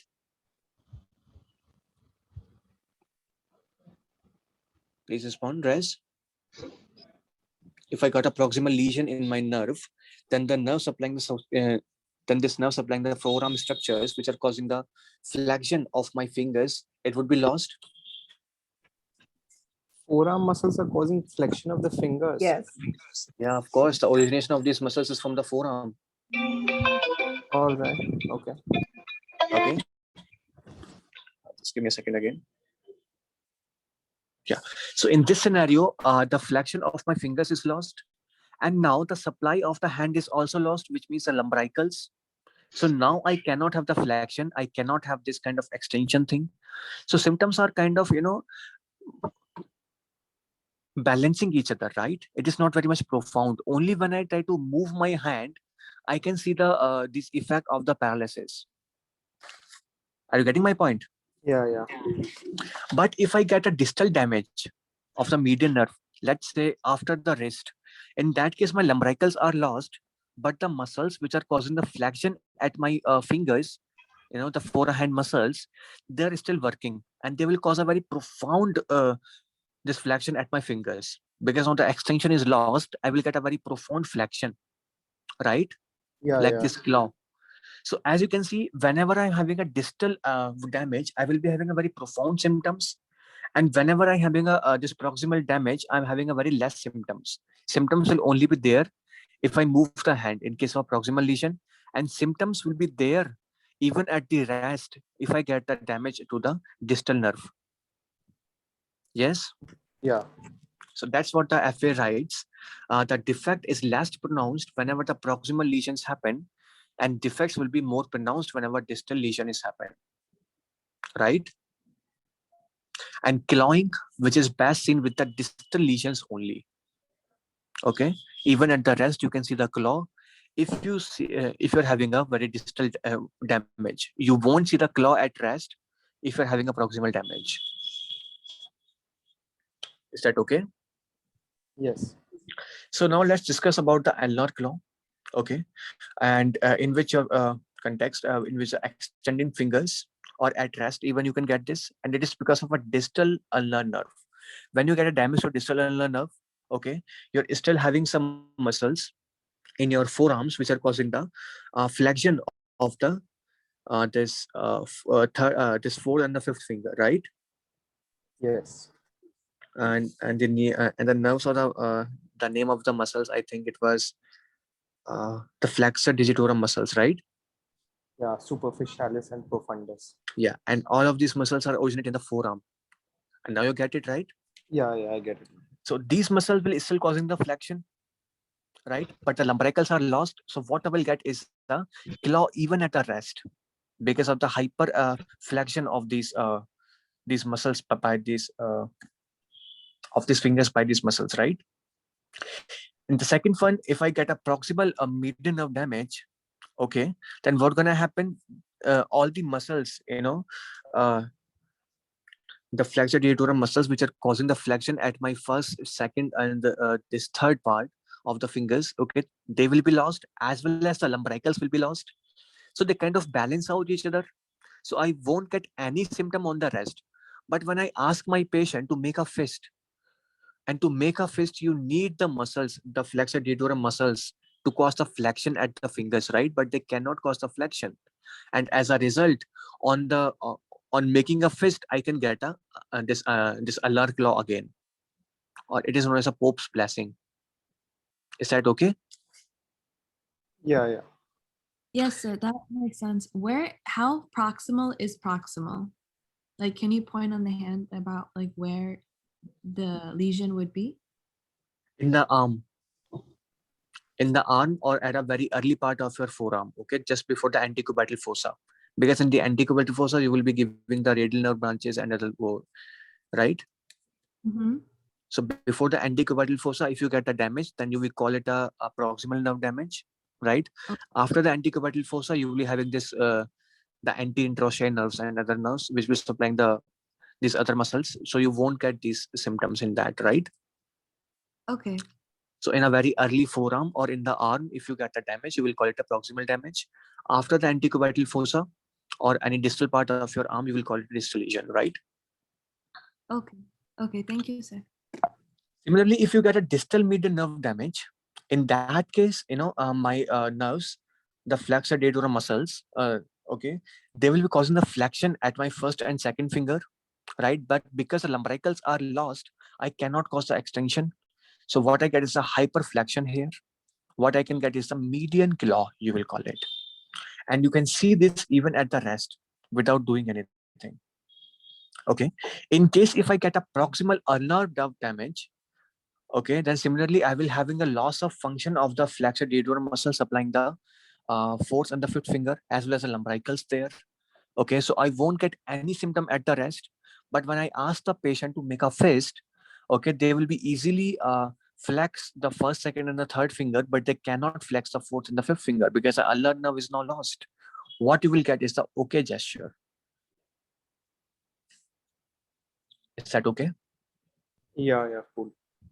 So this is all about the distortions of the hand. And if I go back, I have written it here, the hand muscles, the function of all the hand muscles. See, for the extensions, for the wrist extension and the wrist flexion, okay, you call the nerves, you call the muscles extensor carpi radialis and the flexor carpi radialis or the ulnaris. Okay, the radialis part is supplied by the median for the flexion, and the ulnaris part supplied by the ulnar for the flexion. The extension part is supplied only by the radial nerve, which means the extensor carpi radialis and the extensor carpi ulnaris. Both are supplied by the radial nerve. The flexor carpi radialis supplied by the median nerve, and the flexor carpi ulnaris supplied by the ulnar nerve. Is that okay? Yeah. Yeah. Now this radialis muscle is of two types, either the longest one or the brevis one. So the name extensor carpi radialis longus and the extensor carpi radialis brevis. Okay, and these muscles are these three muscles for the extension and the two muscles for the flexion. This is a muscles for the wrist. Okay, then you have muscles for the phalanx. Okay, and you call them the digitorum muscles. All of them goes by the name digitorum.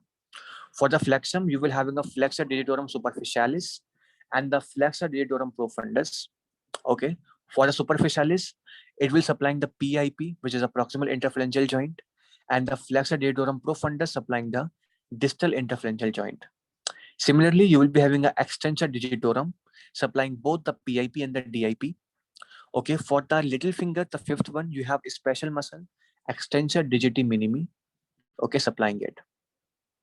And you need to know the function of all of these muscles. Very important nowadays. Stephen started asking questions about these muscles. Okay, so you do have to remember the functions of all of them. Okay, in what part you will get, especially these digitorum muscles. What muscle supplying the PIP, what muscle supplying the DIP. Step one will give you a scenario in which the patient damages superficialis muscle and they will ask you flexion at what part would be lost, right? So you need to remember these functions, every muscle. Okay, so for the hand, they will always go by the name carpi. Okay, for the wrist and for the phalanx, they will go by the name digitorum. So carpi and digitorum. Okay. Any doubt on that part? I have one question. Yes. The extensor digitorum and the extensor digiti minimi, they are also supplied by the radial nerve. Yeah, all radial. Okay. Yeah. Got it. Extensor Okay. part is only supplied by the radial nerve. Okay. Thank you. Okay, and let me think if I'm not missing anything more.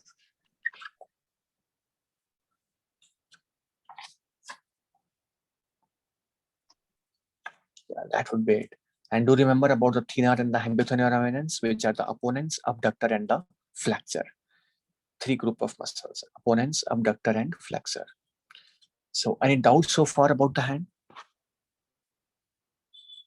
No, thank you. Okay, so we are finished with the upper limb, and now we will study the lower limb after a short break. Okay.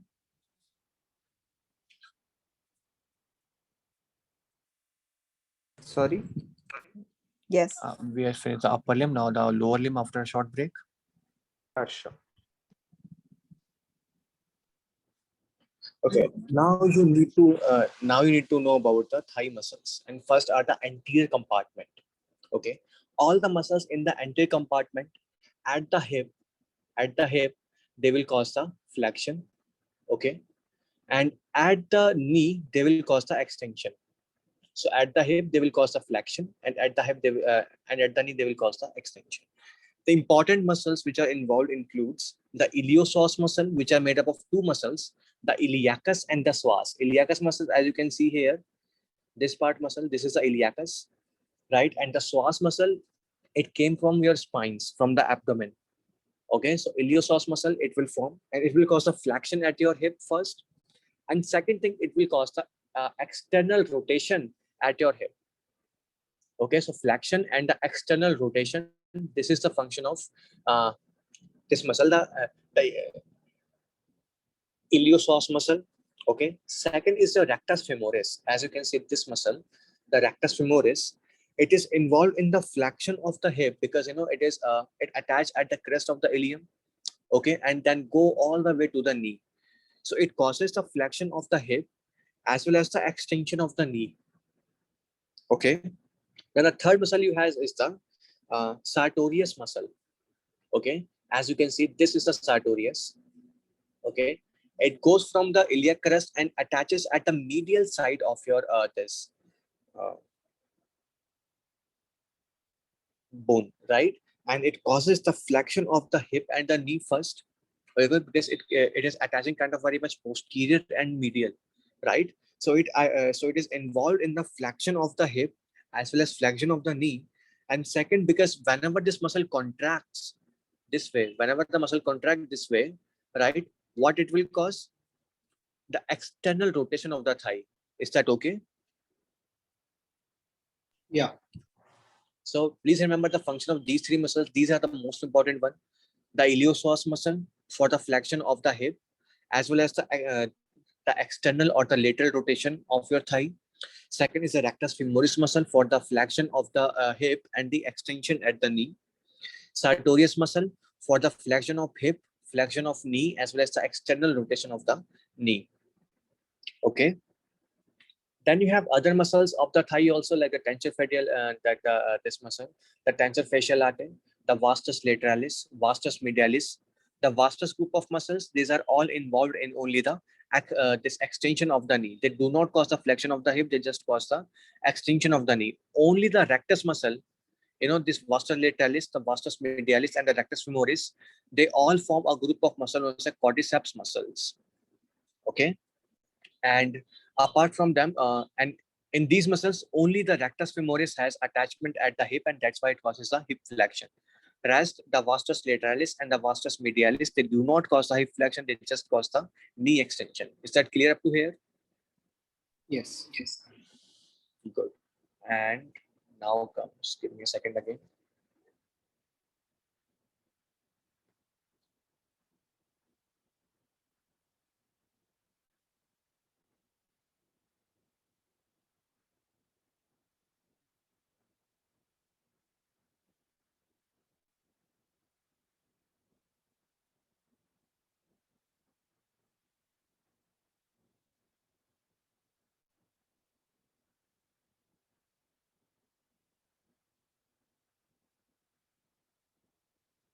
Okay. Let me share the screen. Okay.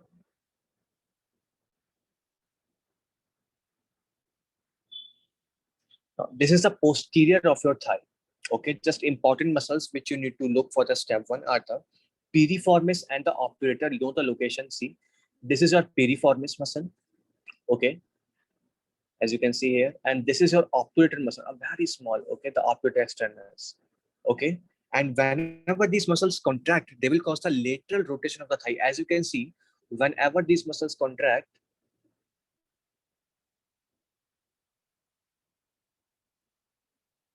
whenever these muscles contract this way, they will cause the external rotation of the thigh. Is that okay? Yes. As well as because they're attaching on a very superficial look at the very top of your thigh, okay, of your femur. Okay, so whenever these muscles contact, they will always always kind of will cause the abduction of your thigh also, like this, right? They will move your thigh away from the central line, so they will cause the abduction of the thigh, and they will cause the lateral rotation of the thigh. Is that okay? Yeah. Two functions, the lateral rotation as well as the abduction. Then comes the gluteus medius and the gluteus minimus. This is the gluteus medius muscle, and this is a gluteus minimus muscle. Whenever these muscles contract, they will first cause the abduction of the thigh. Okay, they will move away your thigh from the central line. Second thing, they can cause the medial rotation. Okay, because they kind of attach very anterior. Okay, so whenever these muscles contract, they will actually cause a medial rotation instead of lateral rotation. Okay, so a medial rotation, abduction, and as well as these muscles are involved in the stabilization of your pelvis. Is that okay? Yeah. And finally, you have the gluteus maximus muscle, this one, the largest one. Okay, it causes the extension at your hip, right? It causes the rotation, the lateral rotation of your hip. Okay, as well as the abduction of your hip. Okay, so gluteus maximus for the extension, for the abduction, and for the lateral rotation of your hip. Is that okay? Yes. So let me share my screen again.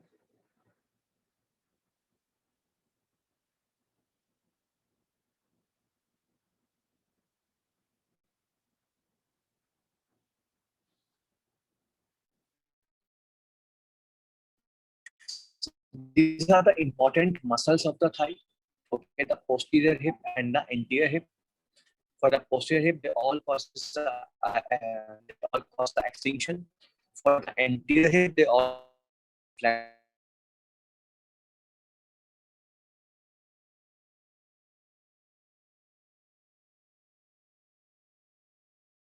action. Some of them can tilt rotation, gluteus maximus. Okay. Is my voice okay? Yes. Okay. So any doubts so far on this page? Could you please repeat what you said on this page? It's just about the posterior hip and the anterior hip. You have the muscles for the posterior. All the muscles causes extension, and the of the causes the lateral rotation. Some of them can Can't cause hear you. the rotation. Breaking up. The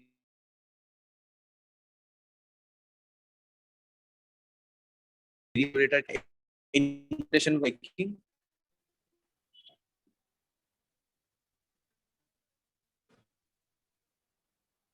Okay, I don't know. I think then it's a connectivity issue from my side.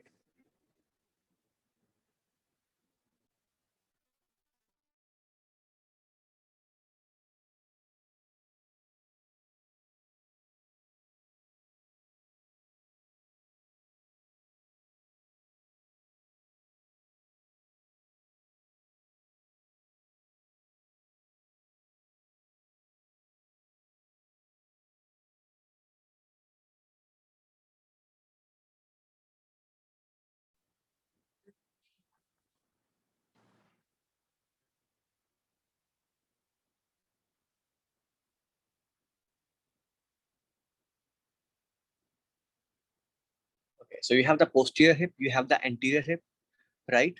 For the posterior hip, all the muscles which are present here, they causes the extension at your hip. For the anterior hip, all the muscles present here causes the flexion of your hip. Some of the muscles of the posterior hip can cause the external rotation. Most of them cause the external rotation.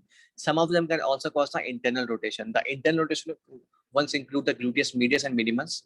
Rest of the muscles, the piriformis, obturator, gluteus maximus, they causes the external rotation or the lateral rotation.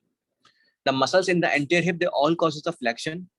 Okay, apart from that, some of them can cause the internal rotation, some of them can cause the external rotation. The ones that can cause the external rotation includes the iliopsoas muscles, and the ones that can cause the again the external rotation includes the sartorius muscle. Is that okay? Yeah. So now let's go to the second page, which is the action of different hip muscles. The abductors, as we have discussed already, the gluteus medius, gluteus minimus are the abductors of your thigh. Similarly, maximus can also be the abductor, but the major ones are these two. Okay.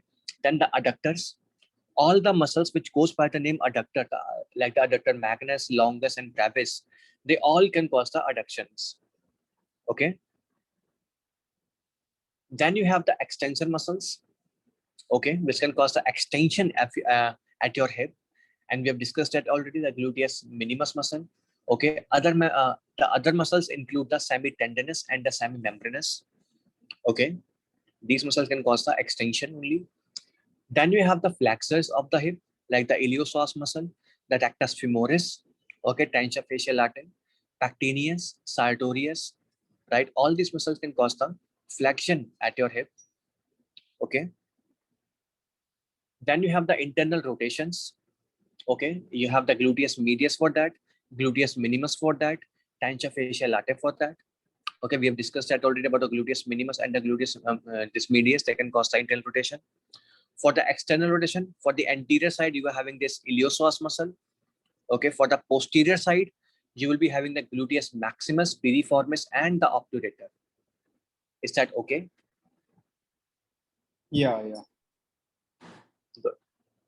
And yeah, for the hip flexors, remember the iliopsoas, they can only cause the hip flexion. Rectus femoris can cause both the flexion of the hip as well as the extension of the hip. knee, and the sartorius can cause the flexion of the hip and knee, as well as the external rotation of the thigh. So step 1 will give you a scenario in which a nerve to these muscles could damage, and they will give you some of the distortions that is happening because of the nerve damage, and they will ask you what muscles are being paralyzed because of that, right? So you need to identify by looking at the actions of these muscles. Okay. Then you have the psoas abscess, okay, which is because and you know that the psoas muscle is a major hip flexor, right? In case of any kind of abscess or any kind of damage to this muscle, okay, what can happen? First of all, because of the necrosis or the abscess, you will be having a fever, you will be having a back pain or a flank pain, right? And you will be having a psoas sign, in which whenever you try to extend the hip, okay, or whenever I try to cause the flexion of the hip against a force, which means whenever you try to resist the flexion, you will have the pain. Very important. This is a psoas sign because a psoas muscle is involved in the flexion. So whenever you extend your hip or whenever you try to resist the flexion, you will have the pain. Okay. And this abscess can develop because of any hematogenous route, in case if you're having any systemic bacteria for like sepsis case. And remember, I told you that point, whenever a bacteria gain access to your blood, it can go anywhere, right? If it can go to your psoas muscle, it can cause the uh, abscess there. Similarly, lymphatic seedings can also occur. Okay. And if you're having any osteomyelitis in the nearby area, then that osteomyelitis can also cause the psoas sign, right? And the psoas abscess or the psoas sign can also be available in the case of appendicitis. Remember, Yes. if the appendix is rectocecal type, in that case you can have the psoas abscess, right? You will have the inflammation of the psoas, you will have the irritation of the psoas, and you will have the psoas sign, in which your hips will become very flexed, and you will have the pain on the extension. This is a psoas sign. Okay, so remember about this. And the biceps femoris, semitendinous, semimembranous, these are the hamstring muscles group. Okay, and they're involved in the hip extension and the knee flexion. Okay, very important. And and the hip extension is done by the semimembranous and the semitendinous, mainly these two muscles. Okay, so that's everything on this page. Any doubts so far? No, thank you. Okay. Yeah, someone is asking something. Yes, I got a question. If in the test they give you like the scenario that the patient got so abscess and they ask you what the patient cannot do, so you put extension, right? Exactly, extension or a flexion against the resistance. Okay. That's what Thank you will you. answer. And they can also ask you the location of the hips flexors, where they originate, especially these adductor muscles. Very important. These adductor muscles, because they need to abduct your thigh, that means they need to be originated from a center line, right? From the center point of your body. That means the ischium. Okay, very important. Are we good with that? Could you please repeat? See, all these adductor muscles, let me open the page again. Yeah.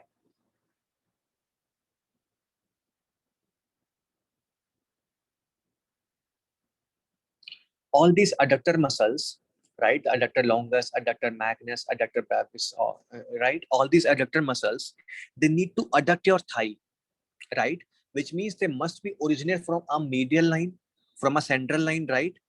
Yes. So these muscles, they generally originate from the ischium of the bone.